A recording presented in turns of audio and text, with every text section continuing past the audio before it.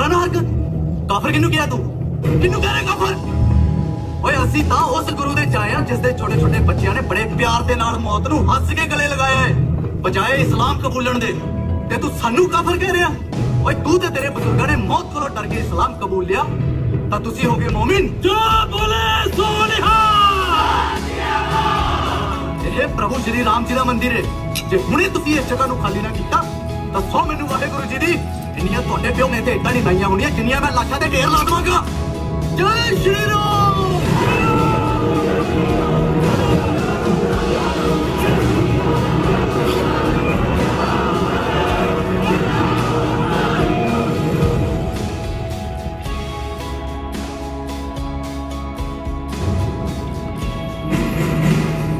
बाकी सब लोग बाहर जाओ तुम दोनों यहीं रुको यही हम बात करते हैं बुजुर्ग हमारा इस मुल्क में हक है या नहीं हम यहाँ पैदा हुए हैं हम जीने या मरने की ख्वाहिश रखें या ना रखें आप लोग तशरीफ रखिए और इत्मीनान से बताइए मतलब हुआ क्या है आइए चलिए हम सुबह फजर की नमाज के लिए मस्जिद पहुंचे अभी वजू कर ही रहे थे कि इतने में 20-25 तलवार वाले सरदार हमारी मस्जिद में घुसा हमें नमाज पढ़ने से रोका कहने लगे ये मस्जिद मंदिर के ऊपर बना हुआ है आप लोग बाहर निकल जाइए नहीं तो हम सबका कत्ल कर देंगे हम वहां से भागे साहब नहीं तो सब के सब मारे जाते बात सिर्फ 25-30 लोगों की नहीं है सबका यही गुस्सा और सबकी यही इच्छा है मतलब सब हमारी मस्जिद गिराना चाहते हैं मस्जिद गिराना कौन चाहता है लेकिन सब मंदिर बनवाना चाहते हैं हमारी मस्जिद पर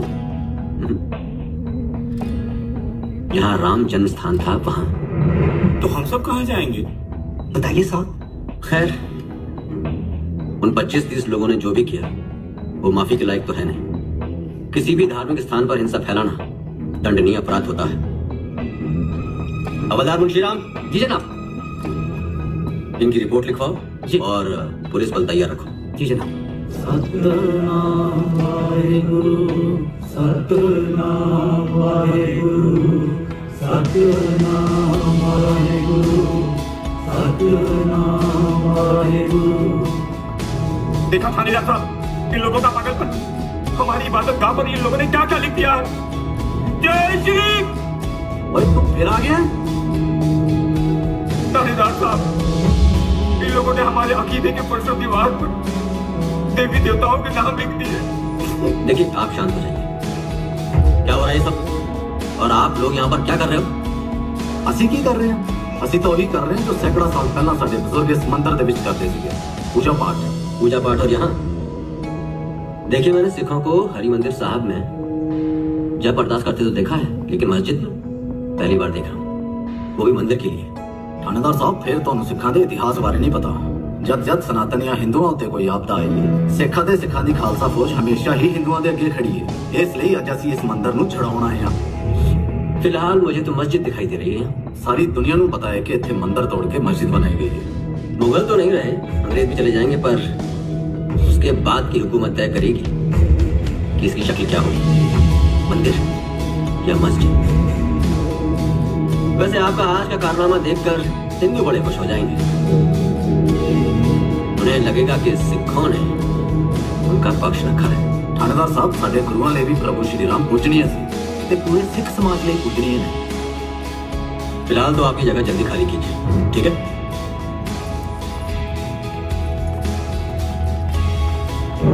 ਓਏ ਤੁਸੀਂ ਸਾਰੇ ਕੰਨ ਖੋਲ ਕੇ ਸੁਣ ਲਓ ਜਿੰਨਾ ਜਲਦੀ ਹੋ ਸਕਦਾ ਹੈ ਇਸ ਮੰਦਿਰ ਅਤੇ ਇਸ ਜਗ੍ਹਾ ਨੂੰ ਖਾਲੀ ਕਰ ਦਿਓ ਨਹੀਂ ਤਾਂ ਅਸੀਂ ਤੁਹਾਡਾ ਉਹ ਹਾਲ ਕਰਾਂਗੇ ਜੋ ਤੁਸੀਂ ਸੋਚ ਵੀ ਨਹੀਂ ਸਕਦੇ ਜੋ ਬੋਲੇ ਸੋ ਨਿਹਾਲ ਜੈ ਸ਼੍ਰੀ ਰਾਮ ਜੈ ਸ਼੍ਰੀ ਰਾਮ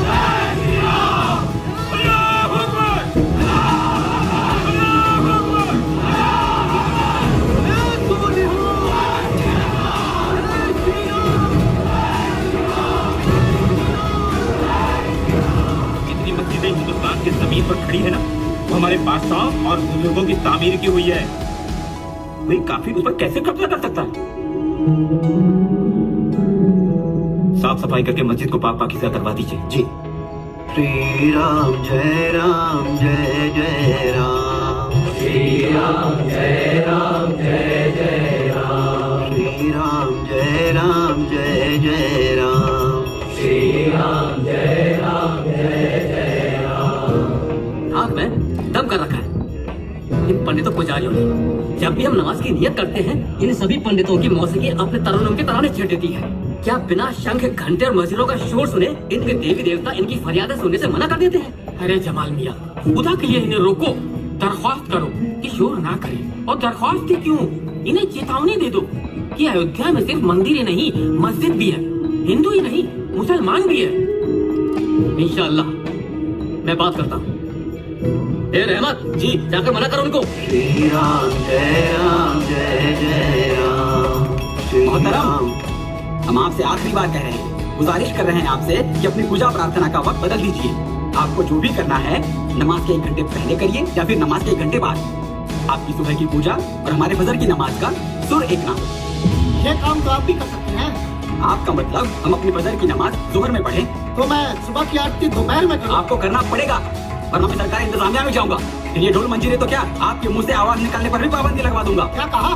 शंकर, शांत हो जाओ, आप क्रोधित ना हो। हम कोशिश करेंगे। हमको अच्छा लगेगा कि हमारे हर कामकाज में एक भाईचारा बना रहे।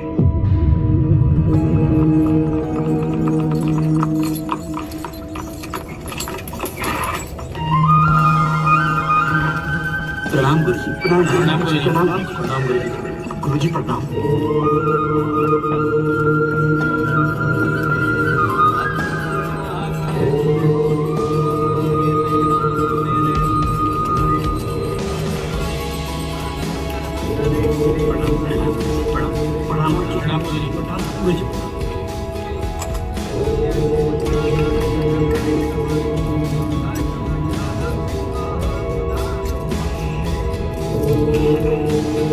रघुनंदन को बुलाओ। जी गुरुदेव।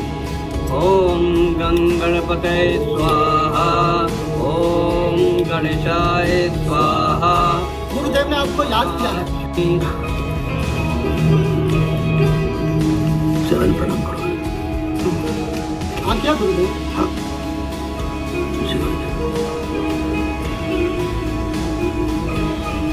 हमने रामलला चबूतरे पर छतरी लगाने के लिए जो याचिका डाली थी ना, न्यायालय ने उसे निरस्त कर दिया है।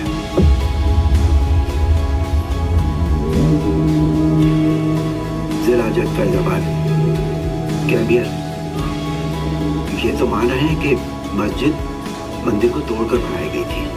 हाँ तो लेकिन ये भी कह रहे हैं कि 400 साल पुरानी बात है, इसे सुधार पाना संभव नहीं है।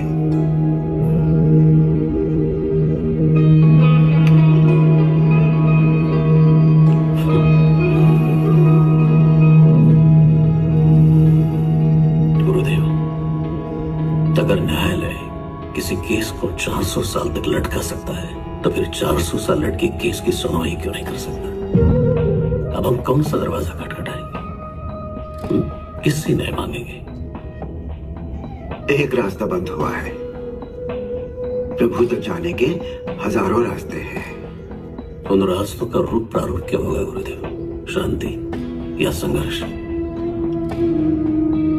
शांति। रघुनंदन, जानते हो, कुछ सिखों ने एक बार मस्जिद में घुसकर पूजा पाठ किया था। उस समय शासन की सतर्कता ने खून खराबा होने से बचा लिया था। मुझे मेरे राम को इस धरती पर देखना है।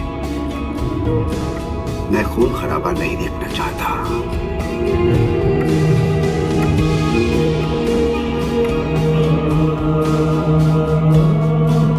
गुरु, शांति, सद्भाव, सहनशीलता, कभी हथियार अधिकार की लड़ाई के लिए उपयुक्त नहीं रहे। जी, इनकी धार अब अपना तेज खो चुकी है। हमारे सिख भाई जहां गए थे गुरुवर, वो हमारे प्रभु राम का ही मंदिर था। आप ही ने तो कहा था कि वहां पहुंचने के हजारों रास्ते हैं। एक रास्ता ये भी तो था वहां पहुंचने का, जो हमारे सिख भाइयों ने अपनाया था।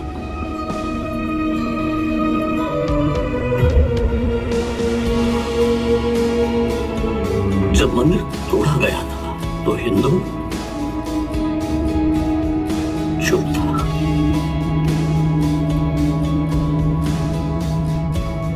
गुरुदेव, किसी घटना दुर्घटना और मौन 2 मिनट का हो सकता है, 400 साल का नहीं। बस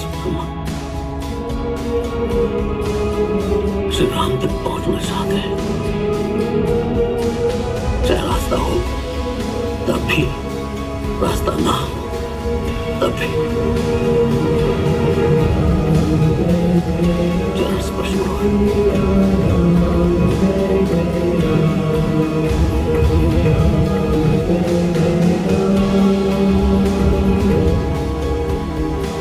आता ब्रदर, आइए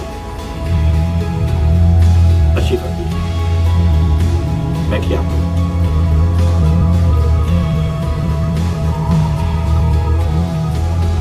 फरमाइए राघवदास जी, हमारे बीच में ऐसा कौन सा मुद्दा आ गया कि फौरन बहस बुलानी पड़ी? मोहतरम, हमारा ये मुल्क कई जाति जमातों के बीच है। हमारे आपसी मतभेद हो सकते हैं तो हम तबादले ख्यालात के लिए तैयार हैं, लेकिन हमारी एक ही शर्त है, अमन। और उसके लिए मैं नमाज में 2 रकात अलहदा पढ़ूंगा। काजी साहब, शताब्दियां हो गई हैं हमें आपस में लड़ते हुए। क्या आप हम इस लड़ाई को खत्म कर सकते हैं? क्या आप सभी मुसलमान भाई हमारे मंदिर को छोड़ सकते हैं? आपका मंदिर? आपका कौन सा मंदिर हम मुसलमानों के पास आ गया? मैं राम जन्मभूमि की बात कर रहा हूँ। आप बाबरी मस्जिद को राम जन्मभूमि कह रहे हैं मोहतरम? ना काजी साहब, वो मंदिर है। मुगल आक्रमणकारियों ने उस मंदिर को तोड़कर ये मस्जिद बनाई है। मोहतरम, हमलावर किसे कह रहे हैं आप? हमारे जन्नत नशीन बादशाह बाबर को? आप बाबर को हमलावर नहीं मानते? हम अहमक हैं क्या, जो अपने ही बुजुर्गों को लुटेरा मानेंगे? देखिए, आप ये दावे छोड़ दीजिए, वरना हमारी गंगा जमुनी तहजीब मिट्टी में मिल जाएगी। गंगा यमुना तहजीब, ये कौन सी तहजीब है? आपका बाबर यमुना किनारे आकर बसा था, इसलिए यमुना आपकी, या फिर गंगा और यमुना एक दूसरे में मिलती नहीं, समाहित होती नहीं, इसलिए? आप हिंदू मुस्लिम भाईचारे पर चोट कर रहे हैं। जमाल साहब, भाई तो सिर्फ प्रभु राम और भरत हैं, शारा, कृष्ण और सुदामा। हमारे बीच ऐसे संबंध हैं? नहीं है।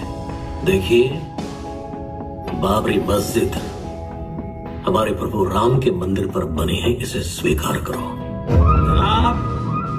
आप उस धागे को तोड़ने की जिद पर अड़े हैं जिसमें हिंदू और मुसलमान आपस में बंधे हुए हैं।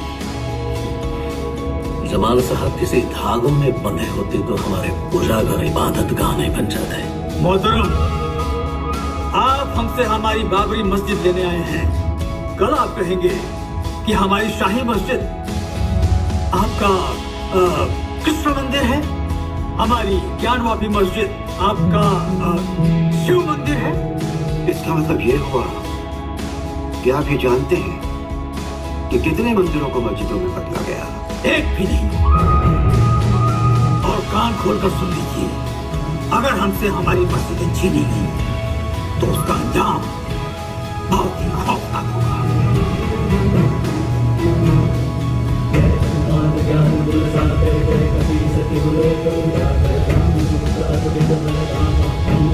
क्या करोगे?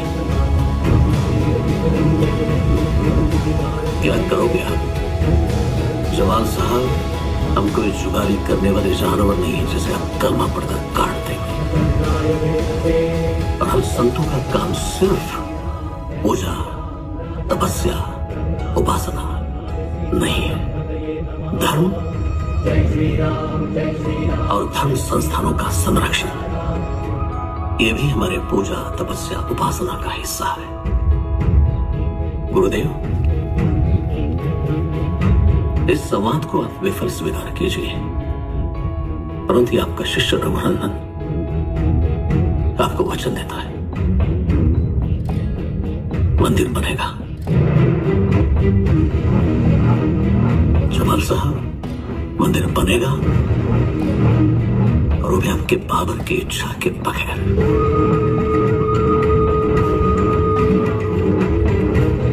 जय श्री राम। चलो प्रणाम गुरुदेव।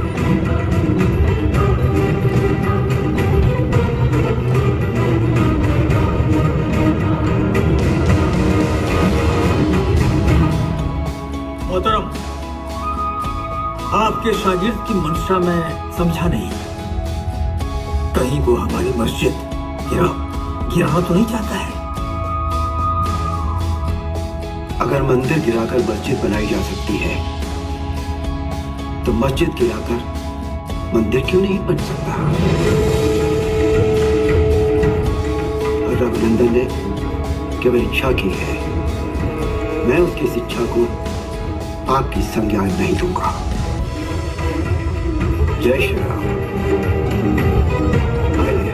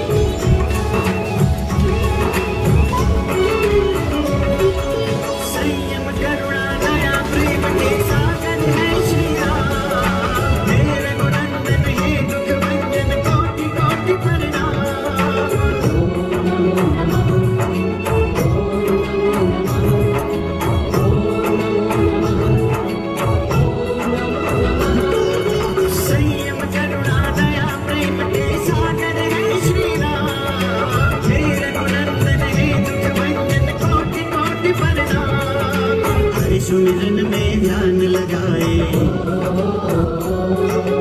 आरती पूजा थाल सजाए,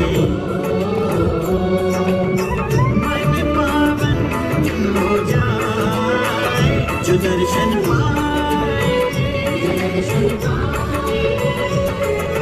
व्याकुल नैना बरस रहे थे प्रभु दर्शन के बिन, भगवन तेरी कृपा नहीं तो जीना बहुत कठिन।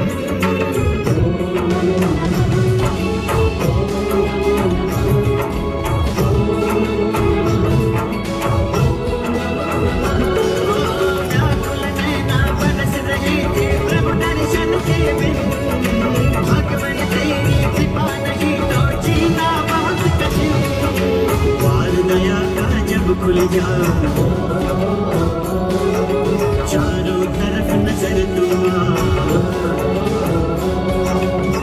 मन पावन हो जाए जो दर्शन पाए, जो दर्शन पाए।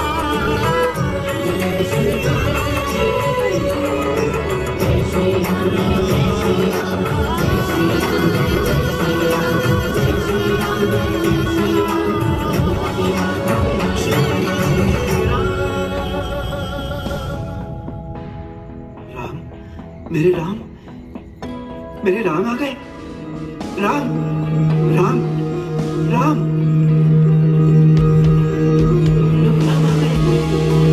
प्रभु राम, वो प्रभु राम आ रहे हैं, जानकी लक्ष्मण के साथ रथ पर बैठकर। प्रभु राम, रघुनंदन रघुनंदन, देखो देखो देखो, हनुमान जी भी चल रहे हैं गदा लेकर रथ के आगे आगे। अरे देखो सब लोग, मेरे राम आ गए।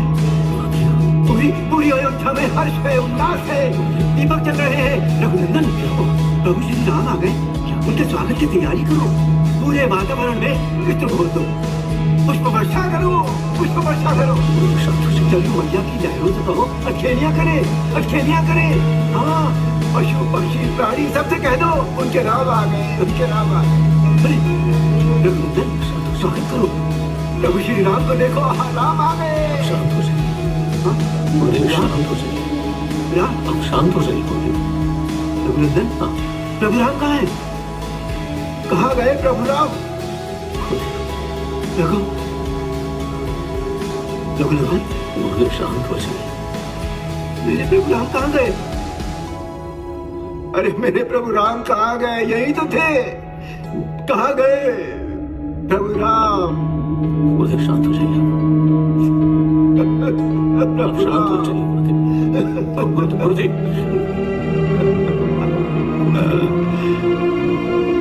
अरे मेरे प्रभु राम चले गए, अभी तो यही थे। आप शांत हो जाइए, सब ठीक हो जाएगा, सब ठीक हो जाएगा। प्रभु राम, सब ठीक हो जाएगा, मेरे राम, सब ठीक हो जाएगा, शांत हो जाइए।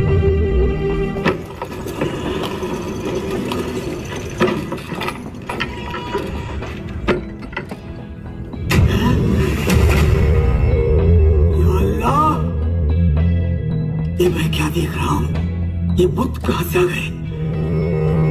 अरे कुफ्र हो गया, क़यामत आ गई।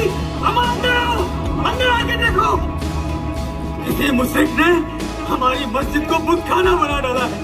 या अल्लाह, भाई वो राम लगी मूर्ति प्रकट हुई है, जल्दी चलो चलो चलो। भाइयों क्या कर रहे हो? जल्दी चलो, वहाँ किसी ने हमारी मस्जिद को बुत रख दी है।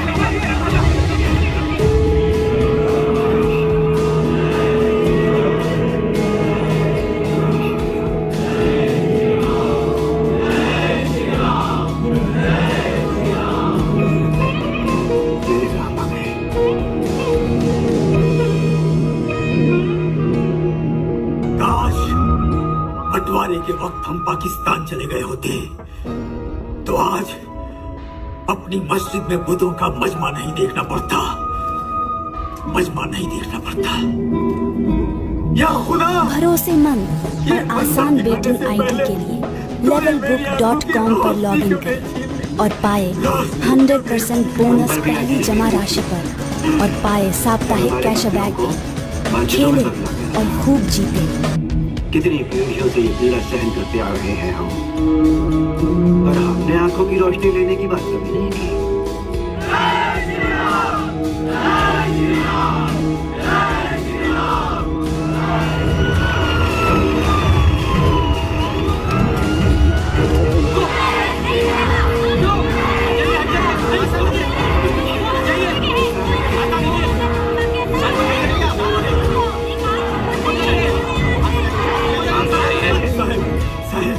ये जुल्म देखिए साहब, किसी ने हमारी मस्जिद में मूर्तियां रख दी हैं। ये मूर्तियां किसने रखी यहाँ पर? मूर्तियां किसने रखी यहाँ?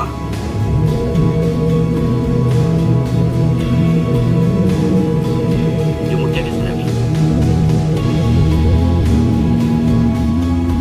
ऐसे पवित्र कार्य सिर्फ हिंदू द्वारा ही किए जा सकते हैं टीम साहब। किस हिंदू? नहीं, ये बताना तो संभव नहीं है, क्योंकि अब उंगलियों की गिनती पर हिंदू नहीं है, पूरा देश हिंदू है। वैसे आप यहाँ क्या कर रहे हैं? प्रकट हुए प्रभु श्री राम का आशीर्वाद लेने आए थे। प्रभु श्री राम प्रकट हुए, उनका आशीर्वाद लेने आए थे, या श्री राम प्रभु आपके आशीर्वाद से प्रकट हुए हैं? ना, संतों के आशीर्वाद से तो नहीं डीएम साहब, हाँ, परंतु संतों की तपस्या, पूजा, प्रार्थनाएं प्रकट कर सकती हैं। हाँ, ये प्रकटीकरण आशीर्वाद से है या तपस्या से? इस सत्य को विस्तार में मैं सिर्फ किसी संपूर्ण हिंदू को ही समझा पाऊंगा। नियम साहब, आप हिंदू तो हैं, परंतु संवैधानिक पद पर बैठे एक अधिकारी भी हैं। आप ना समझेंगे ना मैं आपको समझा पाऊंगा। रघुनंदन जी, अब हम चलें? अवश्य गुरुदेव। जय श्री राम। जय श्री राम। गुरु जी, डीएम साहब, आप इसे अपनी रिपोर्ट में सुखद या दुखद घटना लिख देना। जय श्री राम। आइए गुरुदेव। जय श्री राम। नए नवेले आजाद भारत देश में इतनी बड़ी घटना घट गई और आपको कुछ पता ही नहीं है। महोदय, तूफान आने के बाद ही पता चलता है कितनी डालियां टूटेंगी, कितने पेड़ गिरेंगे। सब अचानक हो गया। अचानक कुछ नहीं होता डीएम साहब, कुछ होने से पहले हालात पैदा होते हैं, माहौल खड़ा होता है, तब जाकर कुछ होता है। इस घटना के घटने से पार्टी में हमारा कद पौना हो गया है। मुझे खेद है महोदय। एक समस्या का समाधान है क्या? जो कुछ भी हुआ है उसे पूर्व स्थिति में बहाल करो। मस्जिद से मूर्तियां बाहर निकलवाओ किसी भी कीमत पर। महोदय, पूर्व स्थिति बहाली संभव नहीं है। अगर जबरन इसकी कोशिश करेंगे तो अयोध्या के साथ ही पूरे देश की कानून व्यवस्था ध्वस्त हो जाएगी। जिला प्रशासन, पुलिस अधिकारियों की जानें बचाना मुश्किल हो जाएगा। रही बात मूर्ति हटाने की, तो अब कोई भी इसके लिए तैयार नहीं होगा। और अगर तैयार हो भी गया तो इस कार्य को करने वाले के साथ आज्ञा देने वाले दोनों की हत्या तय, संपूर्ण कुर्बे के साथ। तुम्हें तूफान आने का अंदाजा तो नहीं था, लेकिन तूफान के साइड इफेक्ट्स का अंदाजा है। साफ दिखाई दे रहा है महोदय। अपने दिल और दूरदृष्टि की नहीं, प्रदेश के मुखिया की बात सुनिए। मुझे किसी भी कीमत पर पूर्व स्थिति बहाल चाहिए। कल सुबह के अखबारों में मूर्तियां बाहर होने की हेडलाइंस होनी चाहिए। And that's my order.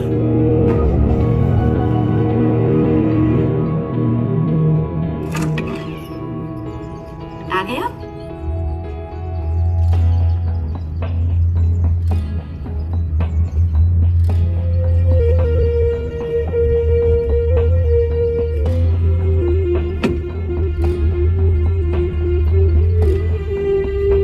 पिछले कुछ दिनों से देख रही हूँ कि आप जिलाधीश की बजाय फौज के सैनिक ज्यादा हो गए हैं। शाम को घर आने से लेकर सुबह ऑफिस जाने तक जैसे आप कोई जंग लड़ रहे हैं।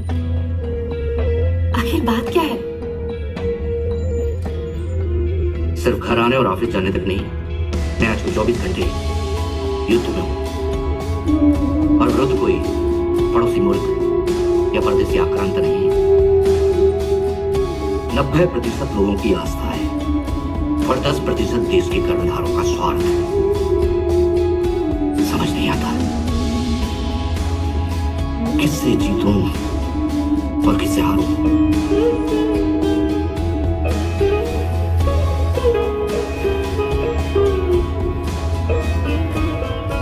शताब्दियों की आस्था जब अपना स्थान लेती है,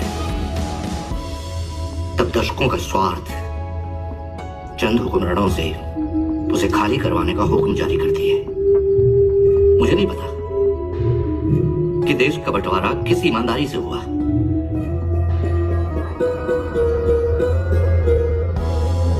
वो तो पता नहीं इस धरती पर किस देवता का आशीर्वाद था जो अंग्रेज हमें आजाद करके चले गए। पर अंग्रेजों ने भी तो हमें गुलाम बनाकर ही रखा ना। लेकिन अंग्रेजों ने किसी मंदिर को गिराकर चर्च नहीं बनवाया। आप मुझे एक बात बताइए, कहीं आपके मन में ये द्वंद्व, ये उलझन मस्जिद में रामलला के प्रकट होने को लेकर तो नहीं? आज मैं भी गई थी वहाँ दर्शन करने, वो उन्हीं का स्थान है, आप तो जानते ही है ना। रमा, मैं एक संवैधानिक पद पर हूँ और सत्य को जानने का हक मुझे तब तक नहीं है जब तक सत्य को जानने की जरूरत नहीं है। हमारी मस्जिद में जो हुआ है वो नाकाबिले बर्दाश्त है।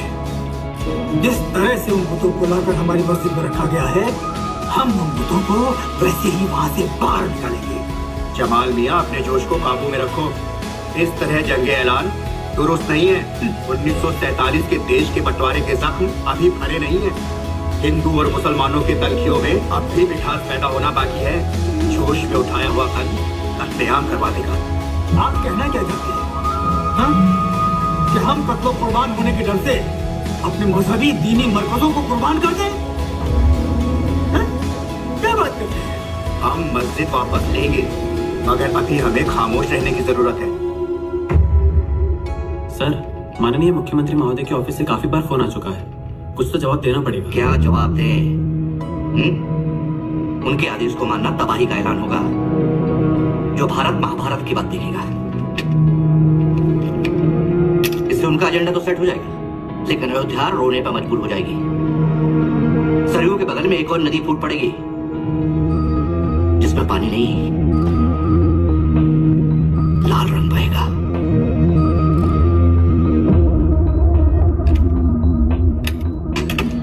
महोदय, जिला अधिकारी के ऑफिस में हमारा कोई फोन नहीं उठा रहा है, लगता है इग्नोर कर रहा है। गाड़ी निकलवाइए। जी महोदय।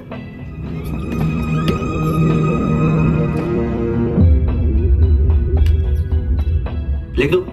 जी।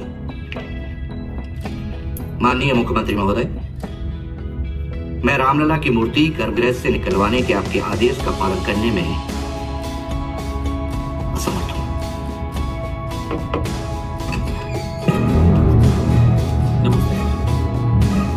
डीएम, हमने तुम्हें कुछ आदेश दिए थे, संज्ञान लिया गया। सीएमओ डीएमओ के अधीन होता है कि डीएमओ सीएमओ के। आम किसके ऑफिस में हाजिरी देने की पात्रता रखता है? तो मेरे या मैं तुम्हारे? मानिए, मैं आपके आदेश के फायदे या नुकसान के अध्ययन में था, जवाब की तैयारी कर रहा था। अरे कैसा अध्ययन? किस बात का नफा नुकसान? किस बात का जवाब?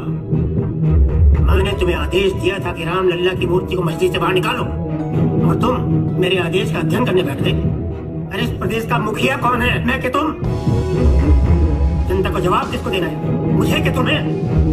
महोदय, मैं असमर्थ हूँ। आपका आदेश पालना मेरा कर्तव्य है, लेकिन विवेकहीनता में आदेश का पालन करना मैं नहीं चाहता। आपके आदेश की समीक्षा करके मैं इस निष्कर्ष पर पहुंचा हूं कि रामलला की मूर्ति जहां पर है उसको वहीं रहने दिया जाए। अलबत्त, ये क्या बोल रहा है? जिस चीज के लिए देश में दंगा फसाद जन्म लेने के लिए पेट में लाते मार रहा है, ये कहते हैं उसको वैसा ही रहने दो। अरे पता तो करो जरा कि ये डीएम अपनी मेरिट पर बना है या किसी कोटे की मेहरबानी से? मैंने यूपीएससी में 1500 अंकों के साथ ऑल इंडिया टॉप किया था। कोटे का लाभ हमारे परिवार में किसी ने नहीं लिया।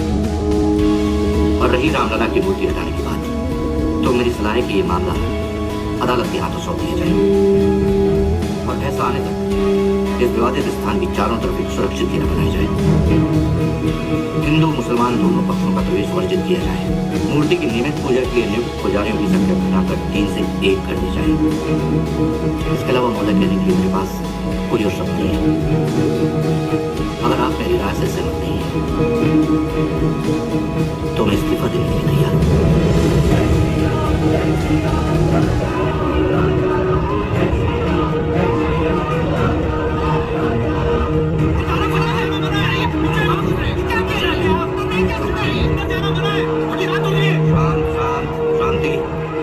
खामोश, बात करने दो। आदाब, कलेक्टर साहब, इस मुल्क के आईन ने हमें भी कुछ बुनियादी हुकूक दिए हैं, जिनमें इबादत की आजादी भी शामिल है। आपका यह कदम उसमें दखल है। शांत हो जाइए। देखिए, हम शांति और सौहार्द की अपील लेके आए। उम्मीद है आप इस अपील का सम्मान करेंगे। शांति और सौहार्द अपनी इबादत गाह को खोकर। अभी तक आपने इसे खोया कहाँ? अगर खोया नहीं है तो हमें आप अंदर क्यों नहीं जाने देते? देखिए, ये जगह एक विवाद का रूप ले चुकी है, और जब तक ये जगह विवादित है, ये ना हिंदू की है ना मुसलमान की। ये क्या कह रहे हैं आप डीएम साहब? ये जगह हिंदुओं की नहीं है? हाँ? ये प्रभु श्री राम का मंदिर है। ये लोग भी यही कह रहे हैं कि ये मस्जिद है। हिंदू और मुसलमान दोनों पक्षकार हैं, लेकिन इसका असल हकदार कौन है, इसका फैसला अदालत करेगी।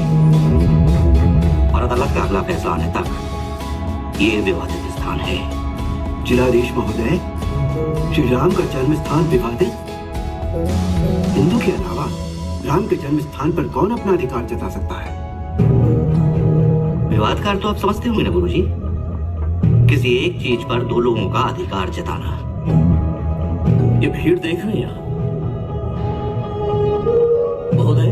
प्रभु राम को पाने के लिए सब लोगों ने क्या किया, अपना खो चुके हैं। अदालत का अगला फैसला आने तक पहला फैसला लागू रहेगा, और उम्मीद है आप लोग कानून व्यवस्था को संभालने में हमारी मदद करेंगे।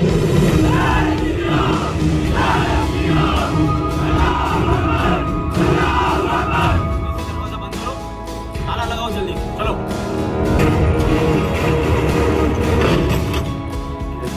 सब ठीक है भाई, सब ठीक है। और परिवार? श्री राम जी की कृपा है। शरण प्रणाम करो। प्रणाम। प्रणाम प्रणाम गुरु जी। प्रणाम गुरु जी।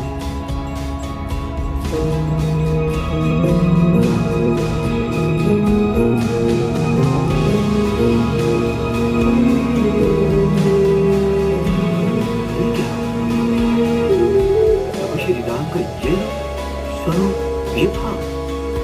रघुनंदन, प्रभु श्री राम की छवि संयम, सौम्यता और करुणा की रही है। उग्रता उनका परिधान कभी नहीं रहा। गुरुदेव, आप तो जानते हैं प्रभु राम ने माता जानकी की खोज में लंका प्रस्थान के समय समंदर से रास्ता मांगा था। 3 दिनों के विनय अनुनय के उपरांत भी जब समंदर राह देने को तैयार न हुआ तो कुछ पल के लिए क्यों न सही प्रभु ने ये रूप धारण किया था। और तुमने उस कुछ पल के उग्र रूप को प्रभु के चरित्र चिन्ह का स्वरूप मान लिया? क्योंकि गुरुदेव, प्रभु इसी रूप में माता जानकी की रक्षा संघर्ष में थे, और हम अपने आराध्य की आस्था स्थल के रक्षण संरक्षण के संघर्ष में है। आवश्यकता होने पर हमें भी रूप धारण करना पड़ सकता है। गुरुदेव, आप जानते हैं राम जन्मस्थल पर न्यायालय ने पहरा बिठा दिया है। हम हिंदुओं को प्रवेश वर्जित है, और वह तब तक वर्जित है जब तक न्यायालय से कोई आदेश नहीं आता। तब आप हमें बताइए, रामलला की मूर्त द्वार रखने के बाद कोई हिंदू न्यायालय की परवाह करेगा? करना ही होगा। न्यायालय के कार्य में हस्तक्षेप रघुनंदन उचित नहीं होगा।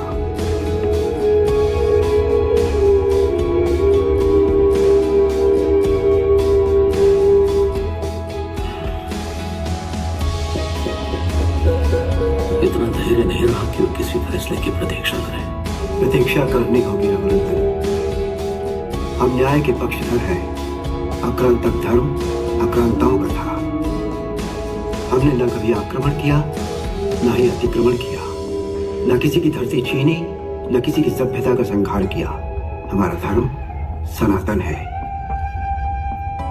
और हमारा धर्म वाक्य है वसुधैव कुटुंबकम। गुरुदेव,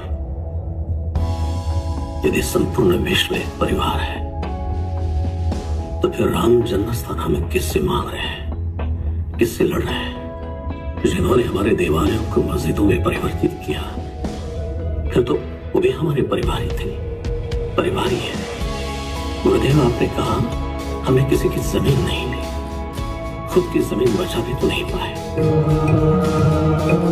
आपने कहा कि हमें कहीं किसी को गुलाम नहीं बनाया। ये मूवी levelbook.com द्वारा प्रस्तुत की गई है। हाँ, ये सत्य है,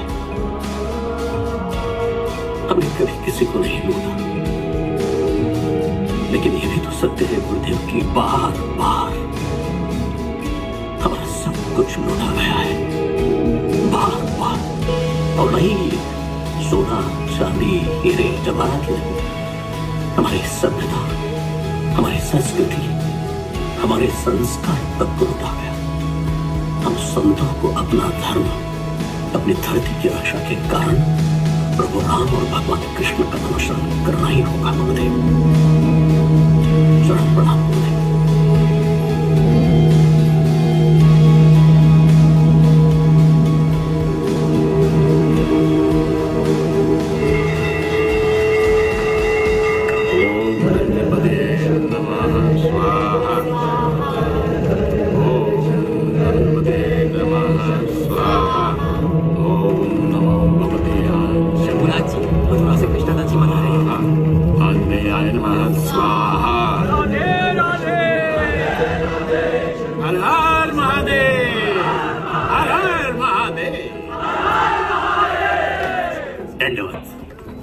शंभुनाथ जी प्रसाद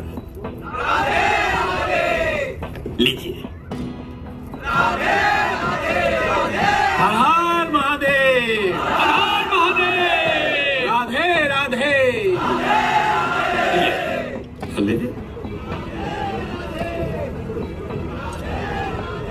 स्वामी जी, समस्त पीठाधीश्वर, मंडलेश्वर, महामंडलेश्वर, भिन्न भिन्न अखाड़ों आश्रमों के साधु संत सबको आमंत्रण दिया गया है और सभी महानुभावों ने आगमन की स्वीकृति भी दी है। बस अब धर्म संसद में सबके समक्ष एक एजेंडा रखा जाएगा। एजेंडा? कार्य प्रणाली, जिन विषयों पर विचार किया जाना है उनकी कार्यसूची। नहीं, वो तो मैं समझ गया, परंतु विचार विमर्श का विषय केवल राम जन्मभूमि होगा या काशी और मथुरा पर भी? औरंगजेब ने काशी और मथुरा पर भी आक्रमण किया था। बाबर के वंशज औरंगजेब ने 1669 में काशी के ज्ञानवापी मंदिर भगवान शिव के मंदिर को ध्वस्त किया और 1670 में मथुरा में कृष्ण जन्मभूमि केशव देव मंदिर को ध्वस्त किया। हमारे इन दोनों पवित्र स्थानों पर भी विचार विमर्श आवश्यक है मान जी। धर्म संसद में भाग लेने वाले सभी संत महानुभावों को ये ज्ञात है। अब जब हमारे धर्म स्थलों को वापस लेने का संघर्ष प्रारंभ हो ही चुका है, तो क्यों ना एक साथ सब के सब ले लिए जाएं। यही तो हम चाहते हैं महंत जी। यदि प्रत्येक स्थान को अलग अलग लिया गया तो 500 वर्ष हमें प्रतीक्षा करनी होगी। आपके और मेरे विचार इस विषय में मिलते हैं। हम धर्म संसद में इसको एक विषय के रूप में रखेंगे। अवश्य। धर्म संसद के निर्णय को आपके समक्ष रखता हूँ। धर्म संसद के द्वारा सनातन वैदिक धर्म संप्रदाय के 528 संतों की महासभा में राम जन्मभूमि मुक्ति यज्ञ समिति का गठन किया गया है। समस्त संत महानुभाव एक मत से राम जन्मभूमि मुक्ति के निर्णय प्रस्ताव का समर्थन करते हैं।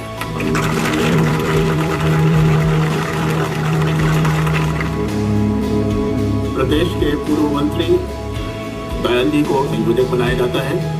श्री रघुनंदन परमहंस जी को संरक्षक, महंत श्री कृष्णदास जी को उपाध्यक्ष पद के लिए चयनित किया जाता है और गोरक्ष पीठाधीश्वर श्री अवैधनाथ जी को अध्यक्ष पद के लिए चयनित किया जाता है। जय श्री राम। धर्म संसद में पधारे सभी सम्मानित भक्तजनों और संतों का हृदय से अभिनंदन है। सब मिलकर जोर से बोलेंगे मेरे साथ। जय श्री राम, जय सीताराम। अब हम चाहेंगे श्री रघुनंदन जी अपने विचार व्यक्त करें।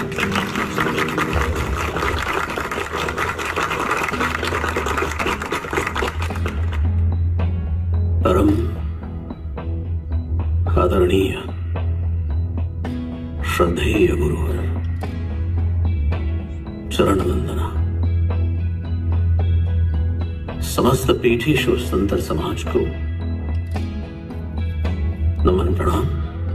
श्री राम जन्मभूमि पर प्रभु का मंदिर, जिसे हम सभी लोग वर्षों से अपनी कल्पनाओं में बनाते रहे, उस मनमोहक चित्र को धरातल पर उतारने का अब समय आ गया है।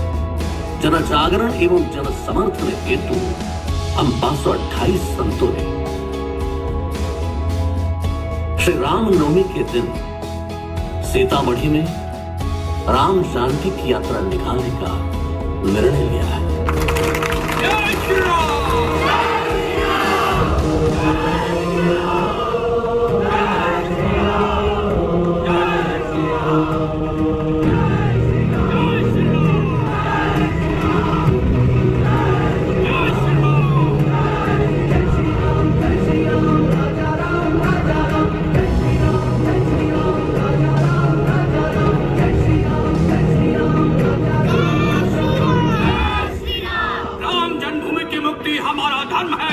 हमारा युद्ध है, हमारा संकल्प है।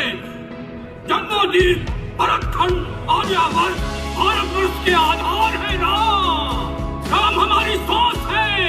जय श्री राम, जय श्री राम, जय श्री राम। शांति को हम माता सरयू के पवित्र जल को अपनी अंजलि में लेकर संपूर्ण राम जन्मभूमि मुक्ति का संकल्प लेंगे। अब क्या राम मंदिर और कुछ नहीं, मथुरा और काशी भी पुण्य मानती। आप धीरे धीरे रात में मंत्रणा करेंगे ना। 400 सालों से चला आ रहा राम जन्मभूमि मुक्ति का ये संकल्प अब पूर्ण राम चाहता है। जय श्री राम, जय श्री राम। ना हमने जामा मस्जिद मांगी, ना मक्का, ना अजमेर की दरगाह। हम और हमारा सनातन धर्म सबका यथायोग्य सम्मान करता है। प्रभु राम जन्मभूमि पर हम प्रभु का मंदिर चाहते हैं और जिसे साकार करने के लिए लाखों राम भक्तों ने अपने तमाम आयु खपा दिए, लेकिन अब राम भक्तों की सेना नहीं, इस युद्ध को खत्म होना ही होगा। जय श्री राम, जय श्री राम, जय श्री राम, जय श्री राम, जय श्री राम।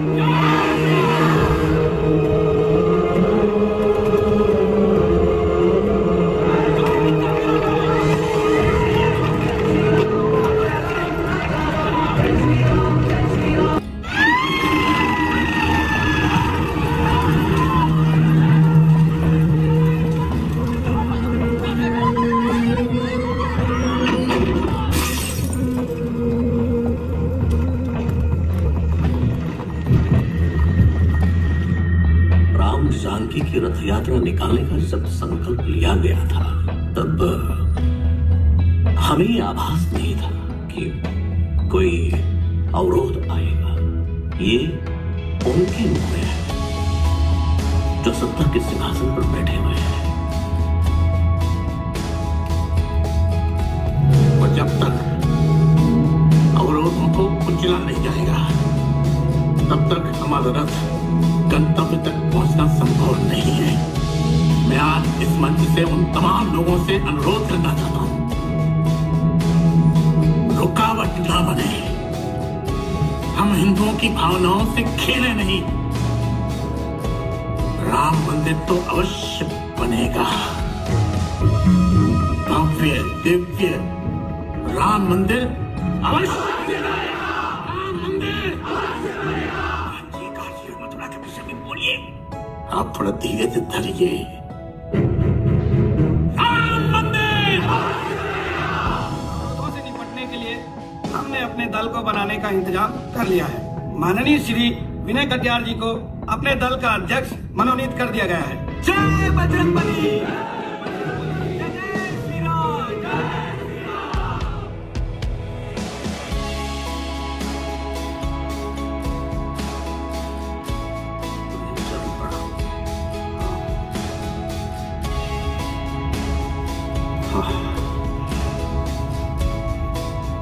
गुरुदेव, स्वास्थ्य कैसा है आपका? आपने औषधि ली?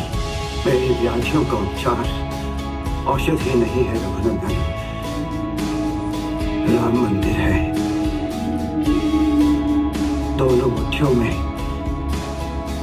जितनी आयु लेकर आया था ना, जी चुका हूं। मेरा जीवन मुझे जीने के लिए विवश नहीं कर रहा, बल्कि मैंने अपने जीवन को जीने के लिए विवश करके रखा है। रघुनंदन, तुम मेरे शिष्यों में सबसे श्रेष्ठ हो। तुमसे अपनी व्यथा साझा करता हूं ना, तो मेरा दिल हल्का हो जाता है।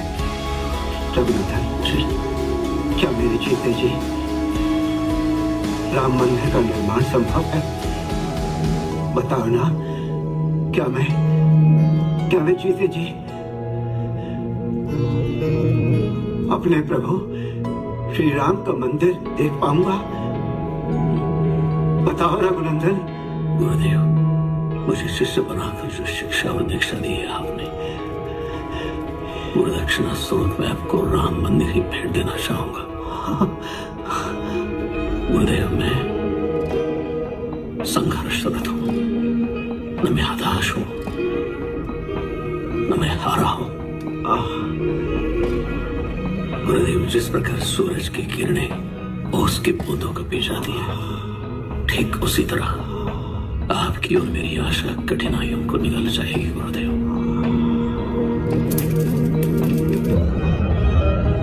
गुरुदेव, गुरुदेव, गुरुदेव, गुरुदेव।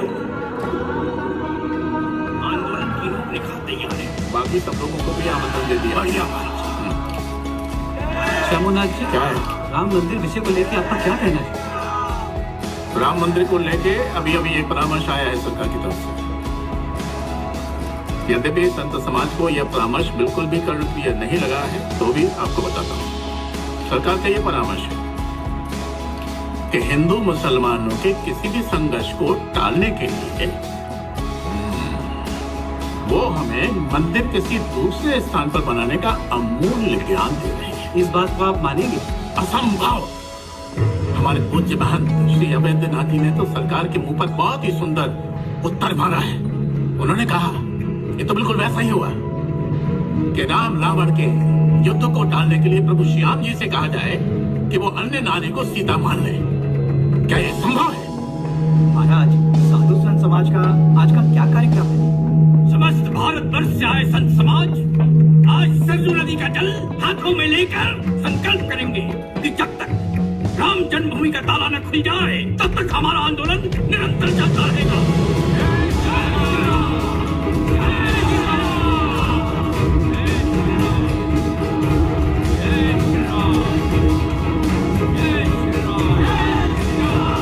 समस्त संतगण आज सरजू मैया के जल को अंजलि में भरकर संकल्प करेंगे और ये शपथ लेंगे, राम जन्मभूमि मुक्त हो।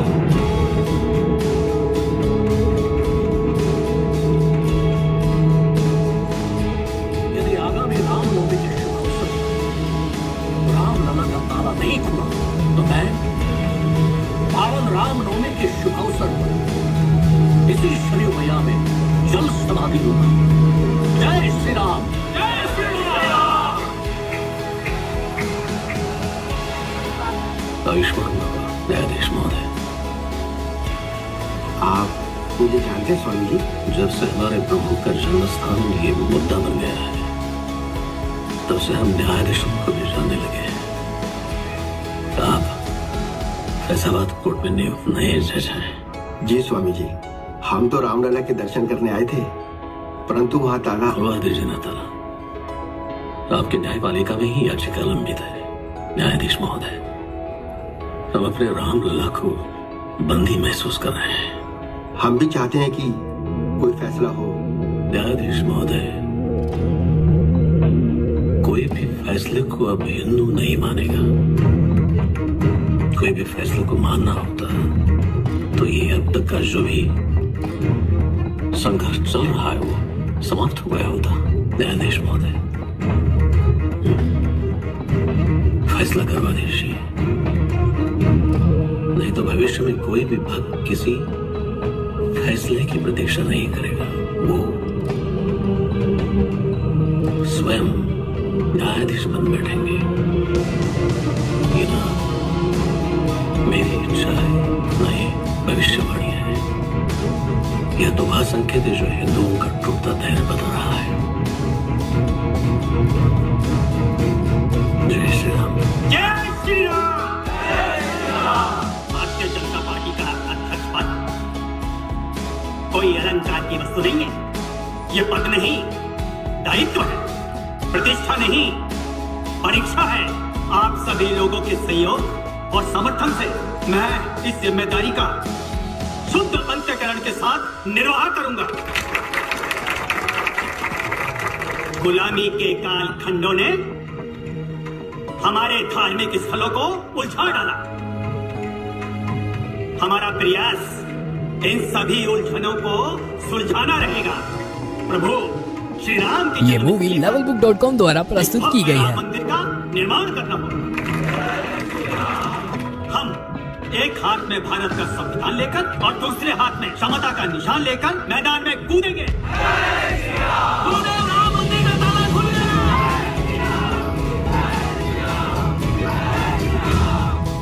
ये जो राम जन्मभूमि का ताला खुलवाया गया है, ये सरकार का हिंदू प्रेम नहीं है। हिंदुओं और उनकी आस्था को लेकर सरकार की जो सोच है, हिंदू अच्छी तरह से जानता है। लेकिन सर, ताला तो खुलवाया गया था और ये भी एक सच्चाई है। यही तो मैं भी कह रहा हूँ कि जो ताला खुलवाया गया है वो हिंदुओं को सिर्फ झुंझुना दिखाया गया है और कुछ नहीं है। शाहबानों का केस तो पता है ना आपको? जिस वक्त शाहबानों के शौहर ने उसे तलाक तलाक कहकर घर से निकाल दिया, 5 छोटे छोटे बच्चे थे उसके साथ। उसी पर आशय घर से बेदखल हुई औरत बच्चों को खाली हाथ कैसे पाती? शाहबानों अदालत चली गई और अदालत ने भी शाहबानों के पक्ष में फैसला सुना दिया। इस बात को लेकर कुछ मुसलमान पुरुष बहुत नाराज हुए। उन्होंने बहुत हंगामा किया, बहुत बोले अदालत के खिलाफ। उन्होंने कहा हमारी बीवी थी, हमने छोड़ दी, हमने फेंक दिया। फेंकी हुई चीज की कौन परवाह करता? तुष्टीकरण की राजनीति करने वाली मुस्लिम परस्त सरकार मुस्लिमों के विरोध के आगे झुक गई। संसद में जाकर उन्होंने कानून बदल दिया और मुस्लिम वोट पक्का कर दिया। अब उनको लगने लगा कि ये मुस्लिम वोट तो अपने हो ही चुके हैं, तो क्यों ना हिंदुओं को खुश किया जाए।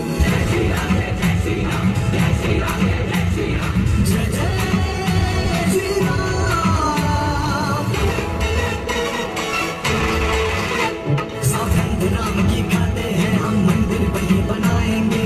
राम लला हम आएंगे, अपना वचन निभाएंगे। राम लला हम आएंगे, अपना वचन निभाएंगे। राम लला हम आएंगे, अपना वचन निभाएंगे। जय जय श्री राम।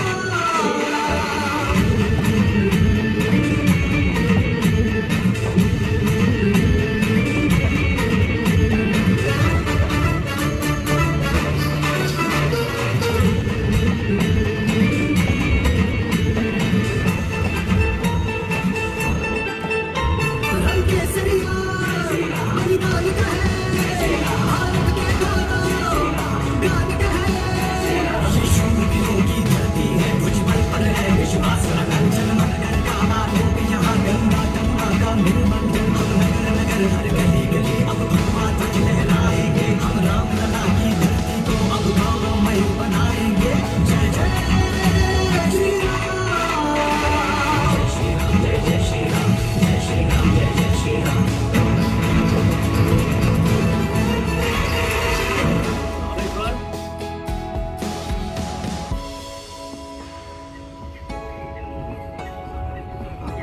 आओ स्वामी जी, आओ आओ। स्वामी जी, आधारशिला का जो पूजन है गुरुजी रामेश्वर के हाथों करेंगे हम। आओ। मैं और शिलान्यास। राम भक्त नहीं हो तुम। स्वामी जी, मैं राम भक्त हूँ, सेवक हूँ, राम का दास हूँ। मेरे पास जो कुछ भी है प्रभु की भक्ति में सब न्यौछावर कर दिया। अब ये शरीर जो बचा है मैं इसे पूरी तरह इसको खपा देना चाहता हूँ। लेकिन स्वामी जी मैं एक दलित हूँ। नाम तो रामेश्वर है पर मेरा एक उपनाम भी है अछूत। रामेश्वर दलित ये वर्ण अलंकार है। तुम उन करोड़ों हिंदुओं में से एक हो जो प्रभु राम मंदिर निर्माण की सामग्री अपने अस्थियों के फूल तक मिला देना चाहते हो। तो फिर तुम दलित कैसे?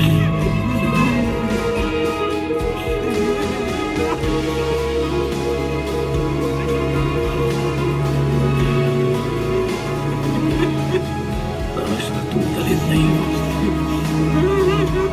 राम भक्त।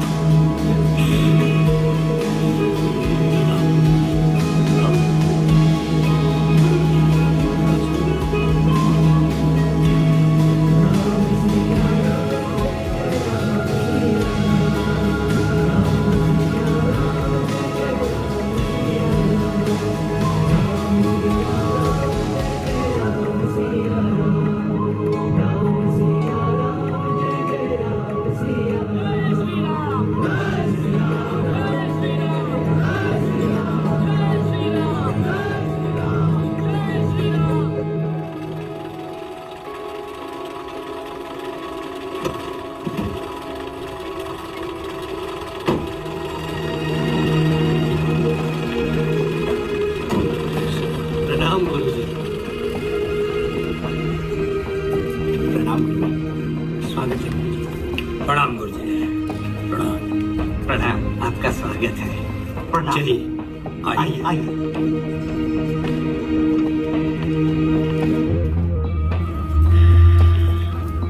मान्यवर, कार्य सेवा की परिक्रमा का आयोजन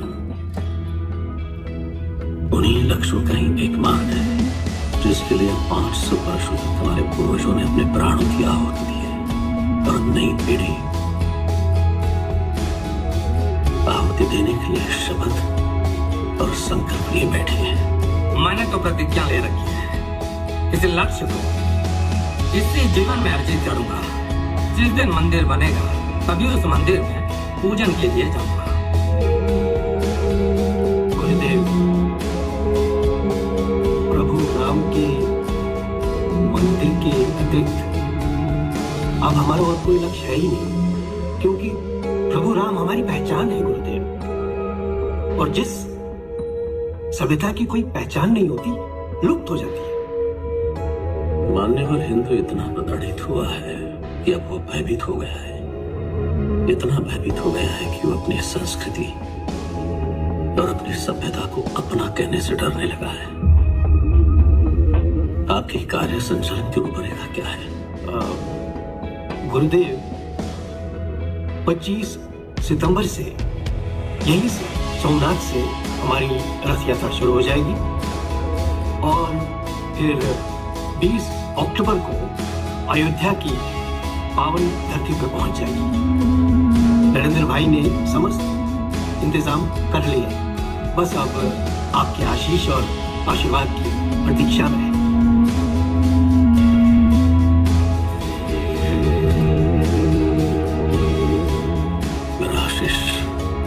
और मेरी शुभकामनाएं आपके कार सेवकों के साथ है। जय श्री राम। जय श्री राम।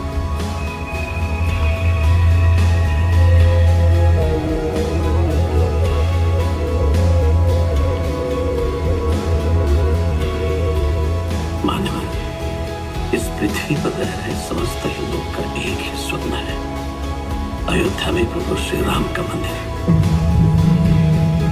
और इस पवित्र कार्य के लिए सभी कार्यरत हैं। जी, आपकी कार सेवा भी इसी कार्य की कड़ी है ना? जी बिल्कुल गुरुदेव। मैं नहीं समझता कि इसके अतिरिक्त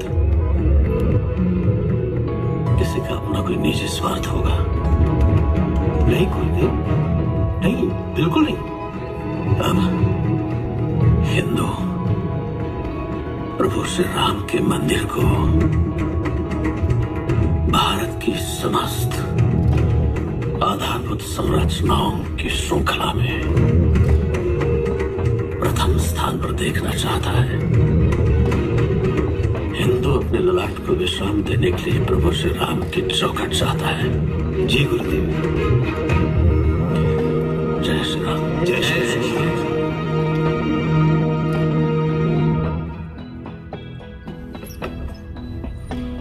अडवाणी जी की रथ यात्रा उत्तर प्रदेश के लिए निकल चुकी है और 30 अक्टूबर को ये रथ यात्रा अयोध्या में प्रवेश कर जाएगी और उनका गंतव्य स्थान वो विवादित बनाई हुई बाबरी मस्जिद ही है। हिंदू संगठनों के नेताओं और तथाकथित ये जो कार सेवक हैं, उनके उद्गारों और बयानों से जो लोगों के मन में श्री राम की आस्था की जो आग भरी जा रही है ना, वो आग विवादित स्थान को नहीं बल्कि आबादित स्थान को भी जलाकर खाक कर सकती है। इसलिए इस रथ यात्रा को उत्तर प्रदेश में प्रवेश करने से पहले रोकना होगा। महोदय, यात्रा को रोकना 90% आबादी के आगे अवरोध बनना माना जा सकता है। अच्छा होगा अगर उनका मार्ग परिवर्तित कर दिया जाए। मुझे 10% लोगों के लिए उन 90% लोगों को रोकना है और दिशा परिवर्तित करने से उनका ये गंतव्य नहीं बदल जाएगा। श्री राम जन्मभूमि की इच्छा को लेकर आ गए। इसलिए गृह विभाग को यह आदेश जारी कर दो कि कार सेवकों की किसी भी उद्दंडता के लिए मुंह तोड़ जवाब दिया जाए जी। और गोली चलाने की भी आवश्यकता पड़े तो कोई हिचके नहीं। जय जय श्री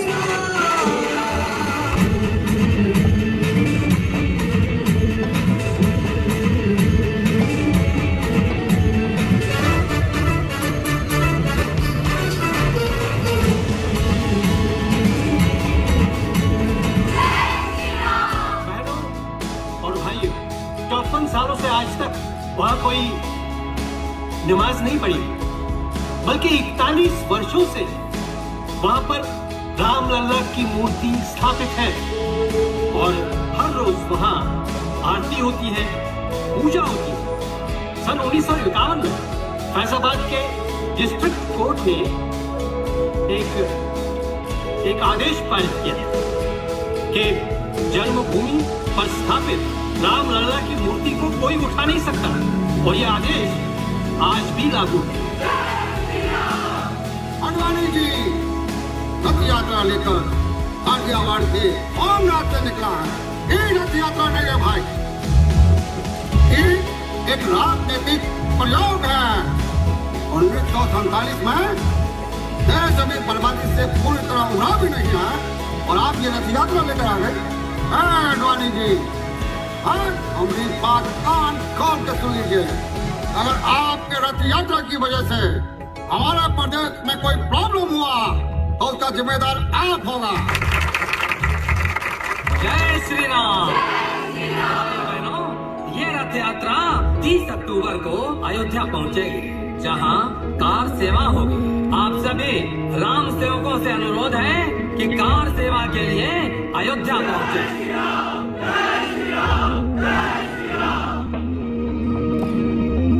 बेटा, पवित्र मन से प्रभु राम की सेवा करना। जी पिताजी। प्रणाम माँ, मैं चलता हूँ। खुश रहो भैया। मैं भी साथ चलूंगा। लक्ष्मण, कुछ दिनों में गुड्डी का ब्याह है और पिताजी अकेले ये सारा काम कैसे करेंगे?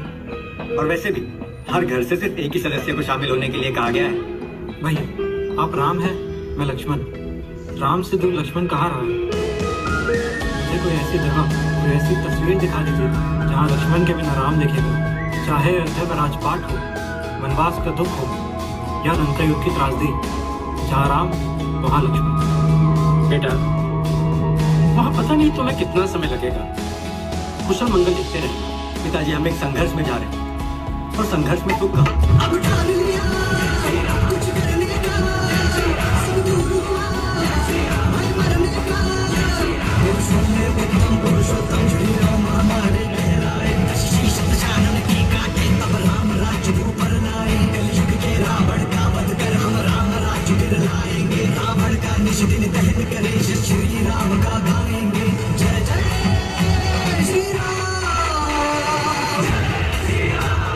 जय श्री राम, जय श्री राम, जय श्री राम।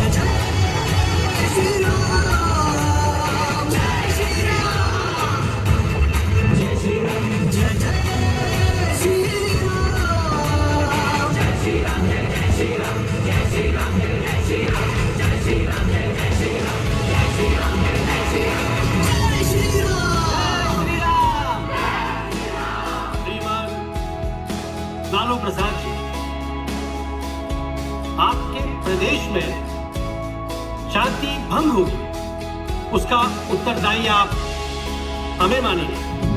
मान लीजिए, हमें कोई खेद नहीं है, दुनिया की कोई शक्ति हमें रोक नहीं सकती। जय श्री राम।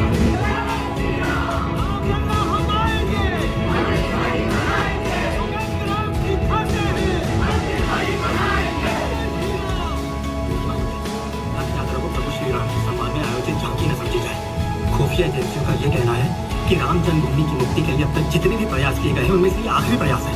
इसके बाद अस्तित्व में वो नहीं रहेगा जो है, अस्तित्व में वो आएगा जो नहीं है। ये राजनीतिक खेल है, ऐसा खेला बंद नहीं होता और ना ही इसमें कोई हार जीत होता है और ना ट्रॉफी मिलता है, बस खिलाड़ी बदल जाता है। जी महोदय, लेकिन मैं जो कह रहा हूँ उस पर थोड़ा गौर फरमाइएगा, क्योंकि आजकल खिलाड़ी जोश में है। कहीं ऐसा ना हो कि इस बार वो मैदान मार ले। ये अडवाणी जी और महाजन कहाँ ठहरा है? महोदय, वो सर्किट हाउस में। बंद करवा दो कमरा में। जी महोदय।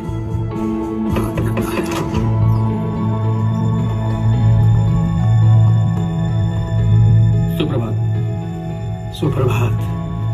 हमारे पास आप दोनों की गिरफ्तारी का वारंट है। क्या? लेकिन हथकड़ी लगाकर हम आपको थाने नहीं ले जाएंगे। दूसरा आदेश आने तक आपको इसी कक्ष में कैद रहना पड़ेगा।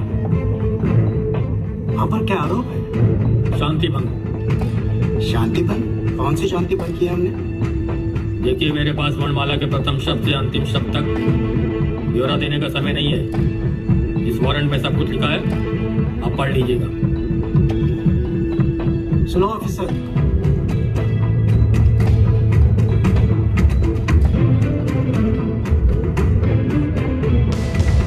अपने कानाशाह आका से कह देंगे कि तुम्हारे सरकार की ये सजा सिर्फ बड़वानी के लिए नहीं है। तुमने तो मुझे यह रोक दिया। ये रथ निश्चय ही अपने गंतव्य तक पहुंचेगा। लालू जी, जो काम आपने किया है याद रखिए, ये राम भक्त उसकी सजा देंगे। अगर आपने हमारे नेता को रिहा नहीं किया तो पूरा देश जल उठेगा। रिहा करो अडवाणी जी को, रिहा करो।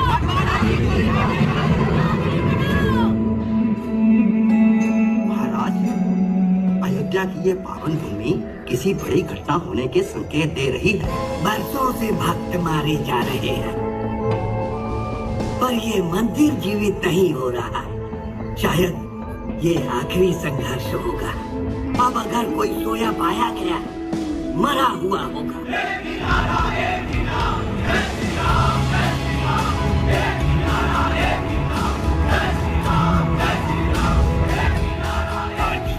काल सेवा भी समाप्त हो जाएगी और किसी ने भी काशी और मथुरा की चर्चा नहीं की। इस तरह से भगवान राम सबके हैं, भगवान श्री कृष्ण और देवों के देव महादेव भी सबके हैं। कम से कम आश्वासन तो दे दिया होता कि और सेवा समाप्त होने के बाद सभी काशी और मथुरा की परिक्रमा करेंगे। शंभुनाथ जी, आप मौन क्यों हैं? आप कुछ बोलते क्यों नहीं? ये जो हजारों की भीड़ देख रहे हैं ना, ये सिर्फ प्रभु श्री राम का नाम ले रही है। काशी मथुरा अपने मुंह से नहीं बोल रही है। परंतु इसका अर्थ ये पता भी नहीं है कि ये बात सिर्फ हम दो ही जानते हैं कि औरंगजेब ने काशी और मथुरा को भी हत्याया था। ये भी जानते हैं, इनको भी पता है। हिंदू कुछ बोलते क्यों नहीं? कुछ करते क्यों नहीं? बोलेंगे, अवश्य बोलेंगे। शोर उठेगा। सब कुछ हमारा है। ये धूप छांव, ये हरियाली पतझड़, ये सुख संपदा, ये मंदिर शिवालय सब हमारा है। इन आतताइयों के झंडे अवश्य उतारे जाएंगे। किंतु कब? कितनी सदियां और प्रतीक्षा करनी पड़ेगी हमें? संयम रखिए स्वामी जी। पांव पटकने से पायल नहीं टूटती, तांडव करना पड़ता है। हर हर महादेव।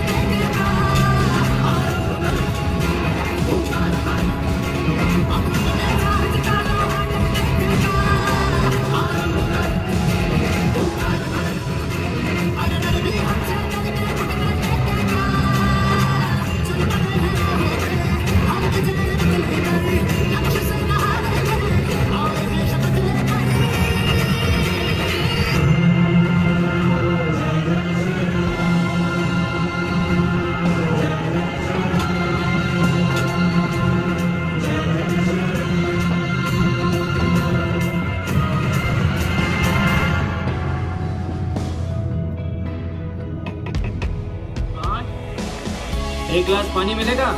अभी लाया।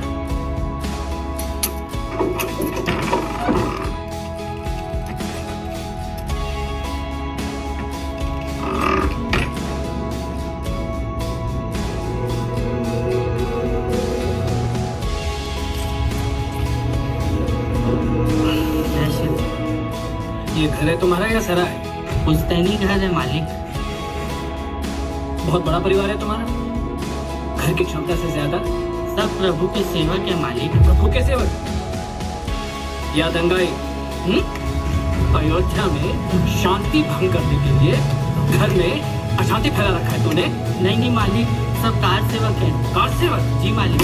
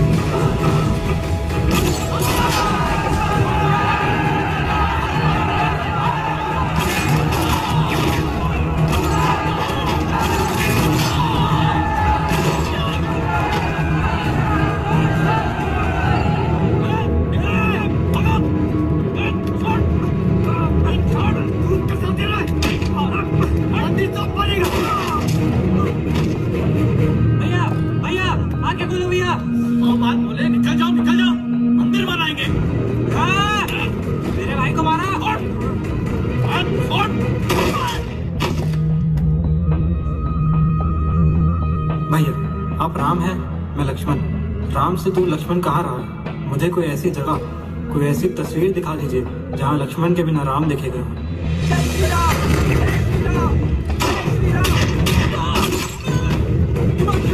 हिमांशु, हिमांशु, भाई मेरे काम करना, ये श्री राम तक पहुँचा देना। हमने जय श्री राम, जय श्री राम।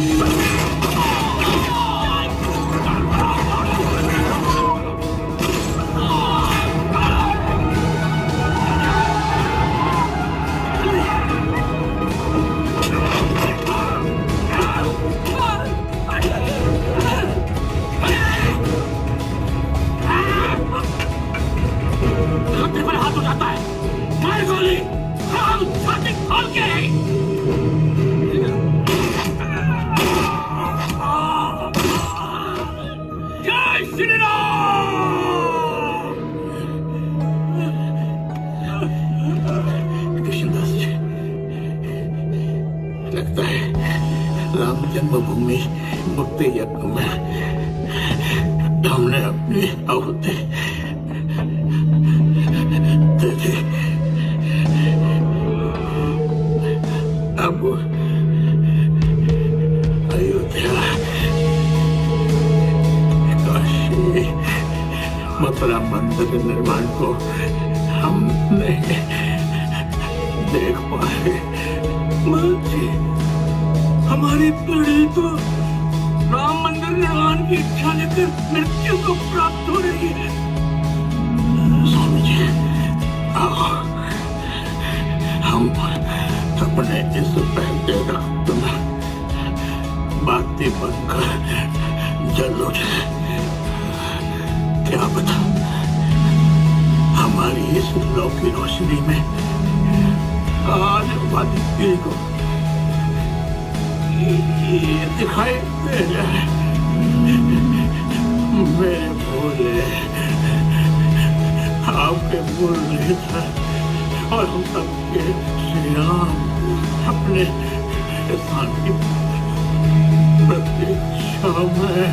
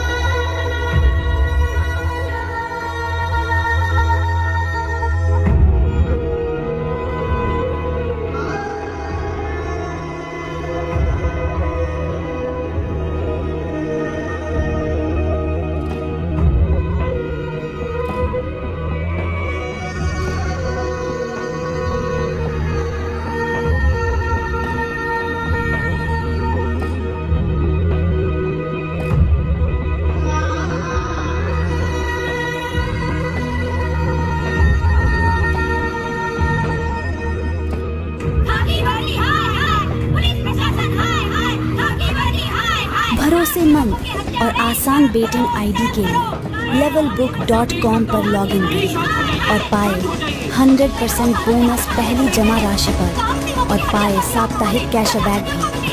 खेलो और खूब जीतो। शांति सुरक्षा सुनिश्चित करना हमारी जिम्मेदारी थी। जब भी सरकार और कानून हमें कर्तव्य पालन का आदेश देता है तो हमें वही करना होता है जो हमने किया। तो क्या वो कार सेवक हिंसा कर रहे थे? जो भी हुआ दुर्भाग्यपूर्ण था। प्लीज मैं आप लोगों से हाथ जोड़कर विनती करता हूँ, शांति बनाए रखिए प्लीज। कार सेवकों के हाथ आ रहे हैं, शर्म करो, शर्म करो।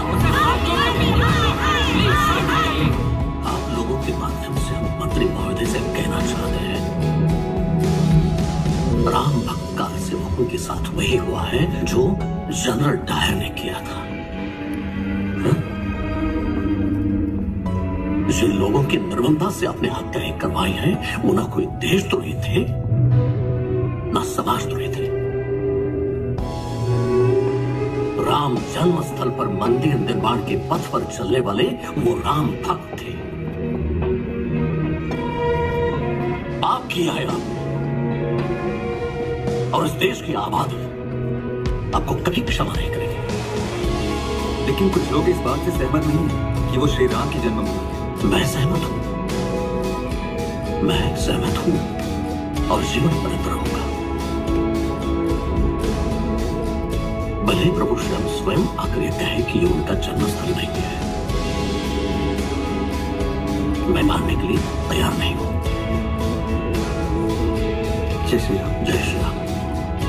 मेरे अयोध्या जाने की बहुत इच्छा थी, लेकिन मुझे कहा गया है कि मैं दिल्ली में रुकूं। कार सेवा का अधिकार हमें उच्चतम न्यायालय ने दे रखा था। कार सेवा के दौरान कार सेवकों द्वारा उच्चतम न्यायालय के किसी भी निर्णय की अवहेलना नहीं की गई, परंतु राज्य सरकार द्वारा उन्हें उपद्रवी भीड़ कहकर गोलियां बरसाई गई। हमारे पास कोर्ट का आदेश है कि हम वहां भजन कीर्तन कर सकते हैं।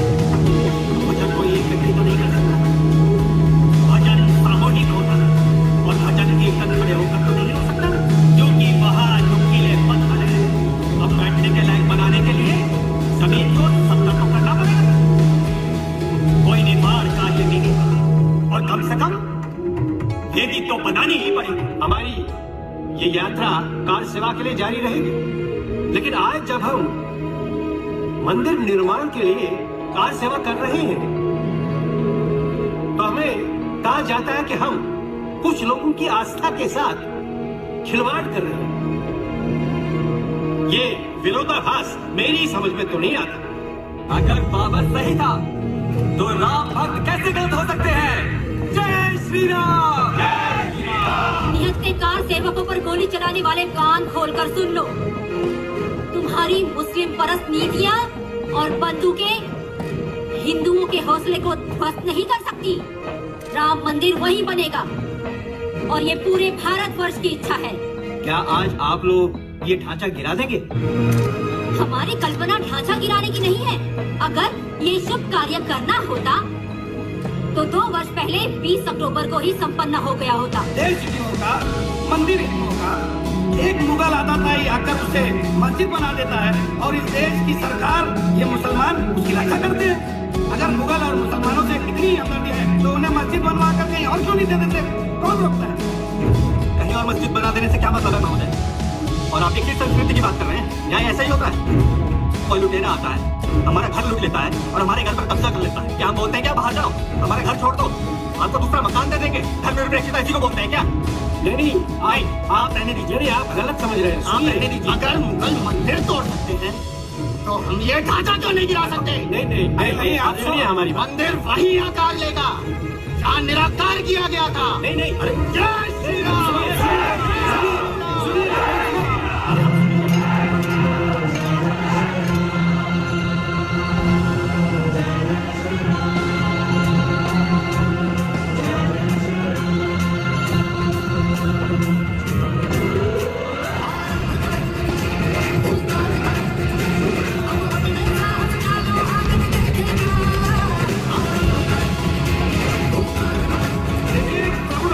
हमारा संकल्प है, आप लोगों से प्रार्थना है कि आप ढांचे को छतरी में पहुंच जाए। कार्य आरंभ हो चुका है, अब तो ये ढांचा गिराकर ही उतरेंगे। देखिए ढांचे को कोई स्थिति नहीं आनी चाहिए। रुक जाइए।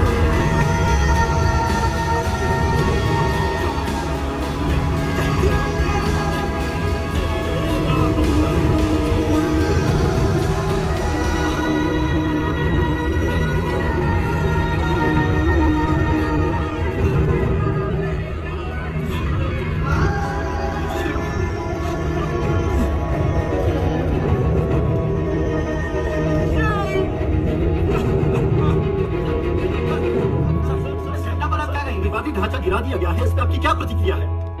राम मंदिर हमारे लिए एक सांस्कृतिक धरोहर है, सर्वधर्म समभाव का एक प्रतीक है।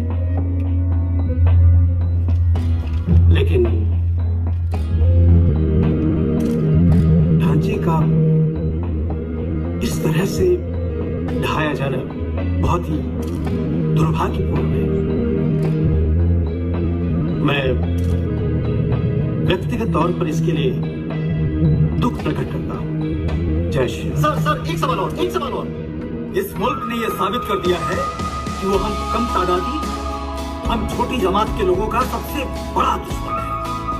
इस मुल्क ने यह फैसला कर लिया है कि हमारे बुजुर्गों की निशानियां और हमारा नामो निशान मिटा के रखेंगे, लेकिन हम हरगिज मिटेंगे नहीं। हम इस मुल्क को बता देना चाहते हैं कि हम इस मुल्क के हिस्सेदार हैं, किराएदार नहीं। कहा जा रहा है मस्जिद ढाई गई, मैं कौन सी मस्जिद? वो स्थान जहां आपने धूल मिट्टी के कण उड़ते देखे, वो तो केवल ढांचे के ध्वस्तीकरण की घटी घटना है ना? सदियों से वहां नमाज नहीं पढ़ी गई। देखिए, ढांचे का गिरना प्रभु श्री राम की आस्था को लेकर सदियों से जो तूफान लोगों के अंदर बढ़ रहा था, जो कुछ हुआ उसी का सिला था। आज माननीय हाई कोर्ट में विवादित ढांचे की सुनवाई के दौरान मुस्लिम पक्ष की तरफ से 33 गवाह पेश किए, जिसमें मजहबी जानकार और इस्लाम के विशेषज्ञ भी शामिल थे। गवाह का कहना है कि बाबरी मस्जिद एक मुकम्मल मस्जिद थी, भले ही उसके कंधों पर हिंदू धर्म के निशान मिले। उसका कहना है कि हिंदुओं के पास ऐसा कोई भी ऐतिहासिक प्रमाण नहीं है जो साबित कर सके कि वह जगह राम जन्म स्थल है। और आश्चर्य की बात यह है कि मुस्लिम पक्ष के 33 गवाह में 8 हिंदू थे। कैमरा पर्सन अशोक के साथ Neeraj Sharma, news TV. Allahabad high court की लखनऊ खंडपीठ ने विवादित भूमि के लिए जो फैसला सुनाया है, 2/3 भूमि हिंदू पक्ष के लिए और 1/3 भूमि मुस्लिम पक्ष के लिए। हमने ये फैसला मानने से इनकार कर दिया है। हम इसे कतई नहीं मानेंगे। और मुस्लिम पक्ष? हमें मुस्लिम पक्ष से क्या लेना देना? हमने अपना पक्ष रख दिया है। देश के नेता ने हलफनामा देकर भगवान श्री राम के अस्तित्व पर ही प्रश्चिह्न लगाया है और भगवान राम को ही काल्पनिक बताया है। बड़े ओजस्वी नेता होंगे।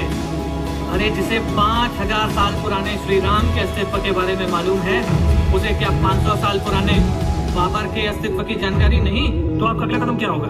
हमने माननीय सुप्रीम कोर्ट में याचिका दाखिल कर दी है। अगले हफ्ते से लगातार 40 दिन तक सुनवाई होगी। क्या लगता है अब आपको इसमें? मुझे वही लगता है जो भारत के 100 करोड़ हिंदुओं को लगता है। रामलला का मंदिर राम जन्मभूमि पर बनकर रहेगा। अब आप देश को क्या संदेश देना चाहेंगे? संदेश बिल्कुल साफ है, जो श्री राम का नहीं वो किसी काम का नहीं।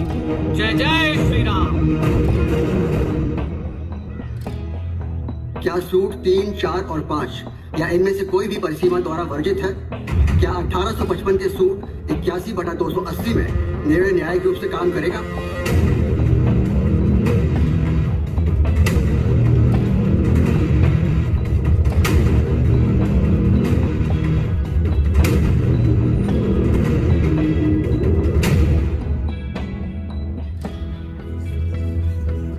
Be seated, please.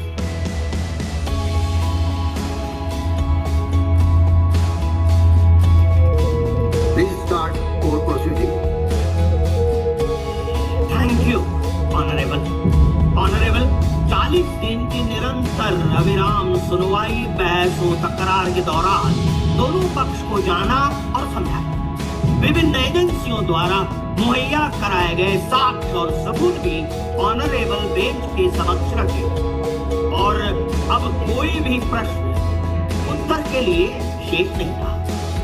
अब शेष मात्र ऑनरेबल बेंच का फैसला ही रहा है। ऑनरेबल, सन 1528 में जिस दिन राम मंदिर को ध्वस्त करके मंदिर के अवशेषों पर मस्जिद खड़ी की गई थी, हिंदू उस दिन से आक्रोशित है, विरोध करता आ रहा। लेकिन हिंदुओं की आवाज को न उस वक्त के लुटेरे मुगलों ने सुनी, न उसके बाद आए ब्रिटिश लुटेरों ने सुनी, न उसके बाद स्वतंत्र भारत की प्रजातंत्र सरकार।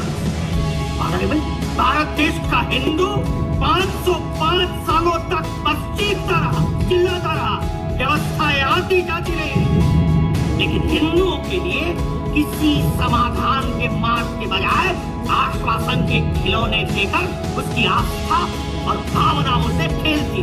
ऑनरेबल, आज तक केंद्रीय सत्ता में बैठे देश के कर्णधारों को लाखों साल पुराने उन मुद्दों की सटीक जानकारी होती थी जो उनके स्वार्थ और वोट बैंक को फायदा पहुंचा, परंतु उन मुद्दों की सटीक जानकारी नहीं होती थी जो उनके स्वार्थ और वोट बैंक को नुकसान पहुंचा। चाहे भले कि वो मुद्दा हफ्ते महीने भर पहले का क्यों न हो, और बात जब हिंदू मुसलमान की हो तो गंगा बहरा हो जाना ही उनके लिए बेटर ऑप्शन होता। ऑनरेबल, राम मंदिर का साक्ष्य सिर्फ 5 शताब्दियों के हिंदुओं का संघर्ष ही नहीं है, अभी तो इस देश की सभ्यता, संस्कृति भी साक्ष्य। ये देश मंदिरों, शिवालयों का है और हिंदू इस भूखंड का बाशिंदा है। हमारे धर्म ग्रंथों में भी ब्राह्मण, क्षत्रिय, शूद्र और वैश्य के अलावा किसी भी वर्ण या धर्म का कोई उल्लेख नहीं है। ऑनरेबल, जिस सभ्यता का पूजा घर मंदिर ही हो, वहाँ मस्जिद कैसे हो सकती है? ऑनरेबल, हिंदू पक्ष की ओर से अलग अलग समय में अलग अलग न्यायालयों में सैकड़ों साक्ष्य प्रस्तुत किए जा चुके हैं, सैकड़ों प्रमाण दिए जा चुके हैं, नक्श, मानचित्र और दस्तावेज भी रखे जा चुके हैं। ऑनरेबल, कोर्ट के ही आदेश पर आर्कियोलॉजिकल सर्वे ऑफ इंडिया के आर्कियोलॉजिस्ट द्वारा विवादित ढांचे में जो खुदाई कराई गई, उस खुदाई के दौरान जो शिलाएं पाई गई हैं, उनका स्वरूप उत्तर भारतीय नागर शैली में था। मंदिर की चौखट, बाजू, आमला, खंडित मूर्तियां, खंभे, ये सभी मंदिर के ही अवशेष जो ये साबित करते हैं कि विवादित ढांचा उसी स्थान पर है जहां प्रभु रामचंद्र जी का मंदिर था। और ऑनरेबल, इतना ही नहीं, उस कालखंड में जितने भी विदेशी पर्यटक भारत भ्रमण के लिए आए थे, उन्होंने भी अपनी स्मृतियों, डायरियों और किताबों में राम जन्मभूमि की इस व्यथा को लिखा। Ayodhya Ayodhya beyond adduced evidence. इन किताबों में भी सब कुछ नक्शों के साथ दर्ज है। Oxford university, Vadodara universal institute और बनारस हिंदू विश्वविद्यालय में ऐसी कई पांडुलिपियां रखी हैं जो कहती है कि प्रभु राम जन्म स्थान सीता कुंज के उत्तर पश्चिम में और सीता रसोई के दक्षिण पूर्व में स्थित है। सीता कुंज आज भी है। हाँ, सीता रसोई 6 दिसंबर 1992 को विवादित ढांचे के साथ क्षतिग्रस्त हो। ऑनरेबल, इन तमाम उपरोक्त तथ्यों का कई ब्रिटिश लेखक और आर्कियोलॉजिस्ट अपने लेखों और बयानों में स्पष्ट उल्लेख कर चुके हैं, जिसके आधार पर नक्शा बनाकर 1950 में शिवशंकर नामक एक व्यक्ति ने हैदराबाद कोर्ट में भी जमा करवाया था। ऑनरेबल जोसेफ केलर, जो 1745 में भारत भ्रमण के लिए आए, उन्होंने भी विवादित धर्मस्थल पर 1767 में सबसे पहला लेख लिखा। अब मुझे नहीं पता कि उनकी खोज कमजोर थी या उनके लेखन में कोई त्रुटि, लेकिन मंदिर को औरंगजेब ने गिराया था क्यों उन्होंने लिखा। अब बाबर की जगह उन्होंने औरंगजेब का नाम क्यों लिखा, ये तो उन्हीं को। ऑब्जेक्शन ऑनरेबल, हम ये कैसे कह सकते हैं कि लेखक की रिसर्च कमजोर थी या फिर उसमें टाइपिंग एरर था? सिर्फ इसलिए कि हमने तो बाबर को सोच रखा था, वो लेखक ने औरंगजेब कैसे लिख दिया? आप क्या मानते हैं, मंदिर औरंगजेब ने तोड़ा था या बाबर ने? मस्जिद अगर औरंगजेब ने बनवाई थी तो उसका नाम बाबरी क्यों था? ऑनरेबल, औरंगजेब बाबर का ही वंशज था, तो क्या कोई अपने दादा परदादा के नाम से कोई निर्माण नहीं करवा सकता? करा सकता है, बिल्कुल करा सकता है। तो क्या कोर्ट ये माने कि मंदिर को तोड़कर मस्जिद बाबर ने नहीं औरंगजेब ने बनवाई थी? इसका मेरे पास कोई प्रमाण नहीं है ऑनरेबल, लेकिन इतिहास ये बताता है कि औरंगजेब एक क्रूर और निर्दयी शासक था। हिंदू मंदिरों और आस्था घरों की तोड़फोड़ को लेकर उसका नाम जुड़ा हुआ था, लेकिन बाबर एक रहमदिल और दयालु शासक था, सब धर्मों का सम्मान करता था। जिस इतिहास ने आपको ये बताया है कि औरंगजेब ने हिंदुओं के कई मंदिरों को तोड़ा था, उसी इतिहास ने हिंदुओं को बताया है कि राम मंदिर को तोड़वाने का जिम्मेदार बाबर है। मुद्दा ये नहीं है कि मंदिर किसने तोड़ा, बाबर ने, मीर बाकी ने या औरंगजेब ने। मुद्दा ये है, क्या बाबरी मस्जिद राम मंदिर को तोड़कर बनवाई गई थी? ऑनरेबल, नो, नहीं, कभी किसी मुगल शासक ने कोई मंदिर नहीं तोड़ा। ये मूवी levelbook.com द्वारा प्रस्तुत की गई है। एक विवाद है जो हनुमानगढ़ी से जुड़ा हुआ, जिसे ना जाने किस स्वार्थ के तहत सन 1949 में पैदा किया गया। ऑनरेबल, सन 1949 ये वो कालखंड था जब देश आजाद हो चुका था। ना ही दमनकारी मुगल शासक थे और ना ही मुद्दों को नजरअंदाज करने वाली ब्रिटिश हुकूमत, कंपनी सरकार। देश की अपनी एक धर्मनिरपेक्ष सरकार थी, अपना कानून था। अगर इस मुद्दे में जरा सी भी सच्चाई होती तो संज्ञान ले लिया गया होता, मगर ऐसा नहीं हुआ। इस मुद्दे को सिर्फ एक विवाद ही माना गया, लेकिन विवाद था तो बिना खून खराबे के शांत कैसे होता। इसकी परवरिश जारी रही, इसे जिंदा रखा गया और फिर सन 1980 के दशक में हिंदू राष्ट्रवादी संघ परिवार से संबंधित विश्व हिंदू परिषद ने राम जन्मभूमि, जिसका ना कोई सटीक प्रमाण ना कोई सटीक नक्शा था, उस भूमि को अधिग्रहण करने के लिए एक आंदोलन शुरू कर दिया और रामलला को समर्पित एक मंदिर बनाने की पहल की। नवंबर सन 1989 बीएसपी और भारतीय जनता पार्टी 1.5 लाख स्वयंसेवकों के साथ, जिन्हें कार सेवक का नाम दिया गया था, उनको लेकर एक रैली का आयोजन करते। रैली हिंसक हो जाती है ऑनरेबल और सुरक्षा बलों पर हावी होकर मस्जिद को ध्वस्त कर देती है। नतीजा, हिंदू मुसलमानों के बीच महीनों दंगे होते हैं, हजारों लोग मारे जाते हैं। पूरे महाद्वीप में, खासकर बांग्लादेश और पाकिस्तान में, वहाँ के अल्पसंख्यक हिंदुओं को मारा जाता है, उनके घर फूके जाते हैं और दर्जनों मंदिर ध्वस्त कर दिए जाते हैं। सन 1989 से आज 2019 इन 30 सालों में 30 बार बारिश हुई, लेकिन विवाद की वो आग नहीं बुझी और अब फिर उसे हवा दी जाती है। कहीं कोई विवाद नहीं। बाबरी मुगल शासकों के द्वारा बनाई गई एक मस्जिद थी जो दुर्भाग्य से तोड़ दी गई। उसे दोबारा उसी शक्ल में लाने के लिए कोर्ट और सरकार को मदद करने की जरूरत है ताकि हमारी धर्मनिरपेक्षता की मशाल रोशन रहे। ऑनरेबल, ये हिंदू जिस मुद्दे को कोर्ट में लेकर आए हैं उस मुद्दे को तो खुद कुछ हिंदू मनगढ़ंत, अस्तित्वहीन और काल्पनिक मानते हैं। Objection honourable. कुछ हिंदू ऑनरेबल, कुछ हिंदुओं ने तो पृथ्वीराज चौहान के खिलाफ जयचंद्र बनकर मोहम्मद घोरी का भी साथ दिया था। कुछ हिंदू इस्लामिक आक्रांताओं की सेनाओं में भी भर्ती थे और भारत सिर्फ कुछ हिंदुओं का नहीं, संपूर्ण भारत हिंदू था। और प्रभु रामचंद्र कुछ हिंदुओं की कल्पना मात्र नहीं है, संपूर्ण हिंदुओं की आस्था है। इस देश में पहले सिर्फ हिंदू था, उसकी आस्था थी, उसके इष्ट थे, संस्कार, सभ्यता, सनातन और साधुमय संपदा थी। फिर विदेशी लुटेरों की नजर पड़ती है और हिंदुओं की संस्कृति तक लूट ली जाती है। ऑनरेबल, सनातन और इस्लाम का कभी कोई नाता नहीं था। दोनों का परिचय युद्ध के मैदान में ही हुआ था। 1519 से 1526 तक एक उज्बेकिस्तान मंगोल आक्रांता सहीरुद्दीन मोहम्मद बाबर कुछ तुर्क और कबीलाई लुटेरों के साथ यहाँ हिंदुस्तान में आता है, लूट मचाता है और चला जाता है। 1526 में उसने हिंदुस्तान को अपना आशियाना बना दिया था और फिर शुरू हुआ लूट का तांडव।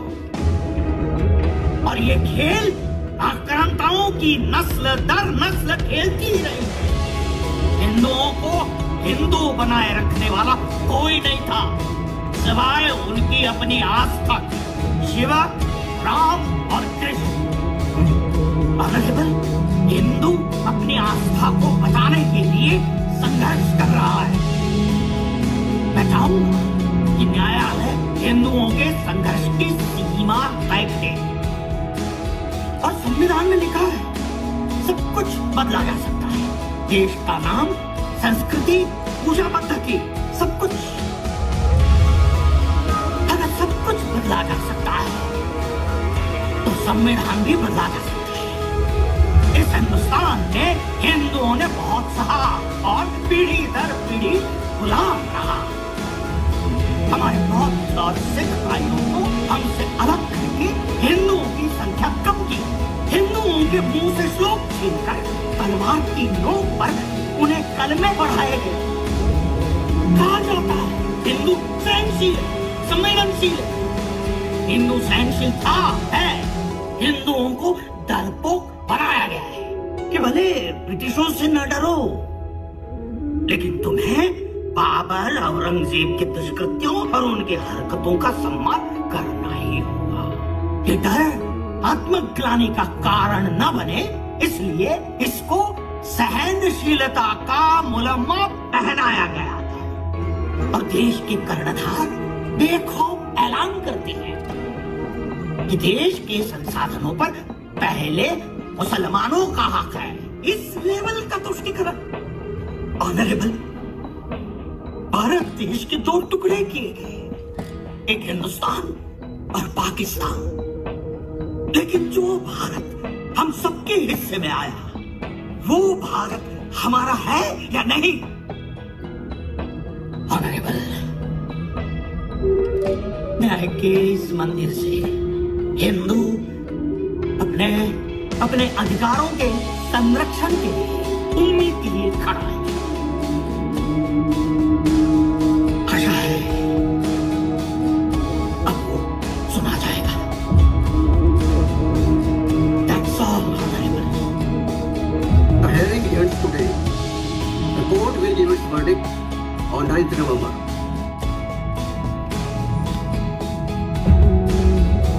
सभी धर्मों के लोगों से अपील है कि सुप्रीम कोर्ट का जो भी फैसला आए सबको स्वीकार करना है। कोई खुशी या मातम नहीं करेगा। अगर किसी भी इलाके में कोई बवाल हुआ तो उसकी जिम्मेदारी निश्चित की जाएगी।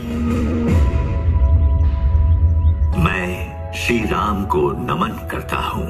श्री राम जो परमात्मा है, जिनकी आंखें कमल के समान है, अलसी के फूल भांति जिनकी शाम कांति है, जिन्होंने रावण का वध किया है।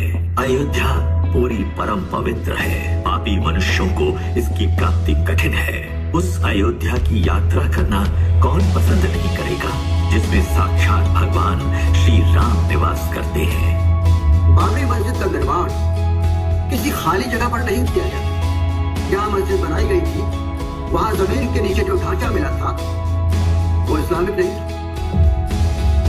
जिसका प्रमाण भारतीय पुरातत्व द्वारा प्रस्तुत साक्ष्य सामग्री है।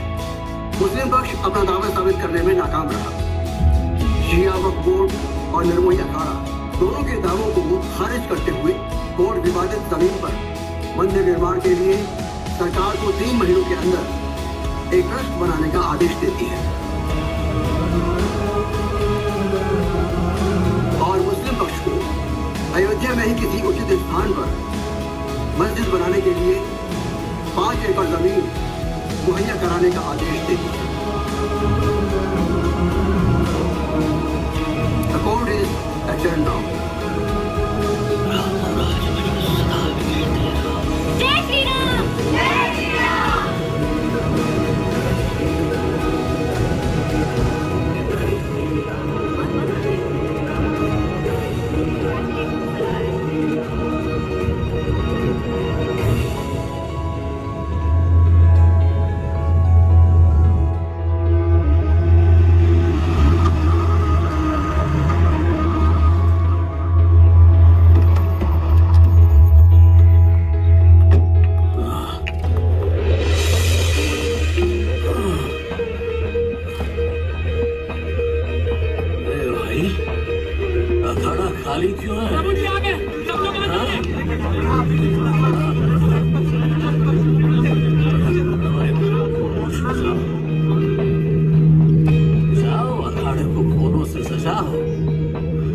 प्रसाद बांट दो। अब राम मंदिर बन के ही रहेगा। जय श्री राम, जय श्री राम।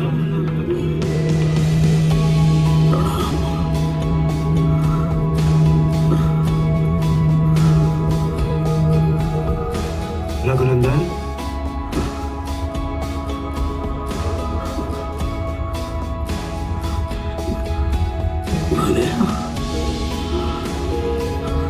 गुरुदेव,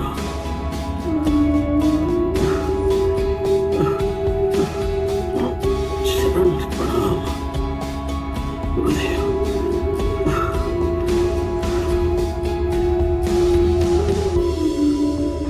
गुरुदेव, हम हिंदुओं की आस्था का वो संघर्ष, मनोतत्वता का युद्ध, जिसकी रणभूमि में आज तक हिंदू अपने तन, मन और मस्तिष्क से लड़ता रहा और इस धरती पर अपना मोक्ष ढूंढता रहा।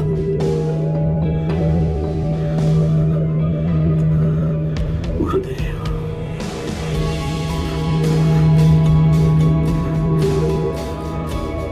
इस संसार का सबसे बड़ा अन्याय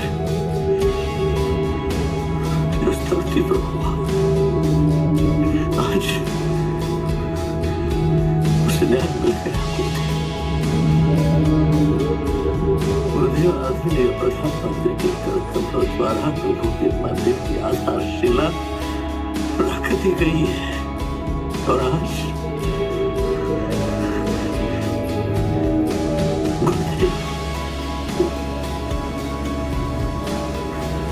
आप मुझे सुन पा रहे हैं ना?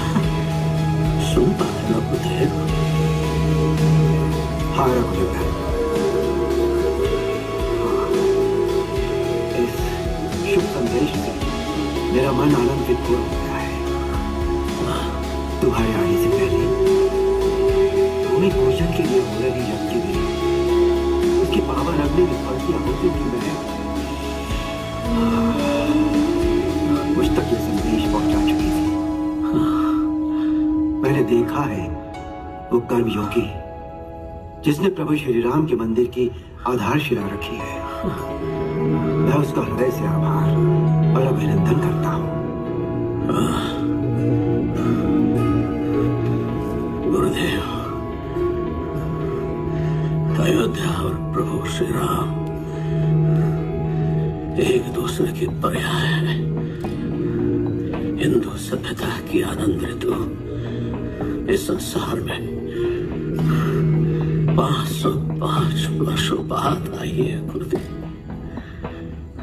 आज 5 अगस्त को मंदिर निर्माण के लिए भूमि पूजन हो गया गुरुदेव। 6 दिसंबर,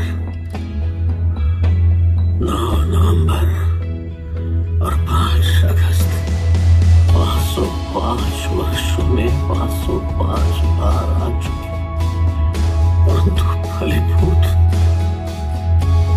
आज हुई गुरुदेव। 6, 9 और 5 ये तारीखों के अंक श्री राम में आस्था रखने वालों के लिए पवित्र बन गए हैं। जी गुरुदेव। रघुनंदन,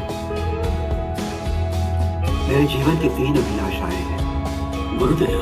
पहली है राम मंदिर, कृष्ण मंदिर और काशी विश्वनाथ मंदिर का पुनरुद्धार। दूसरी अभिलाषा है भारतवर्ष में गौ हत्या पूर्णतया बंद हो। और तीसरी अभिलाषा है मेरा भारत, हमारा भारत फिर से अखंड हो, अखंड हो, अखंड हो।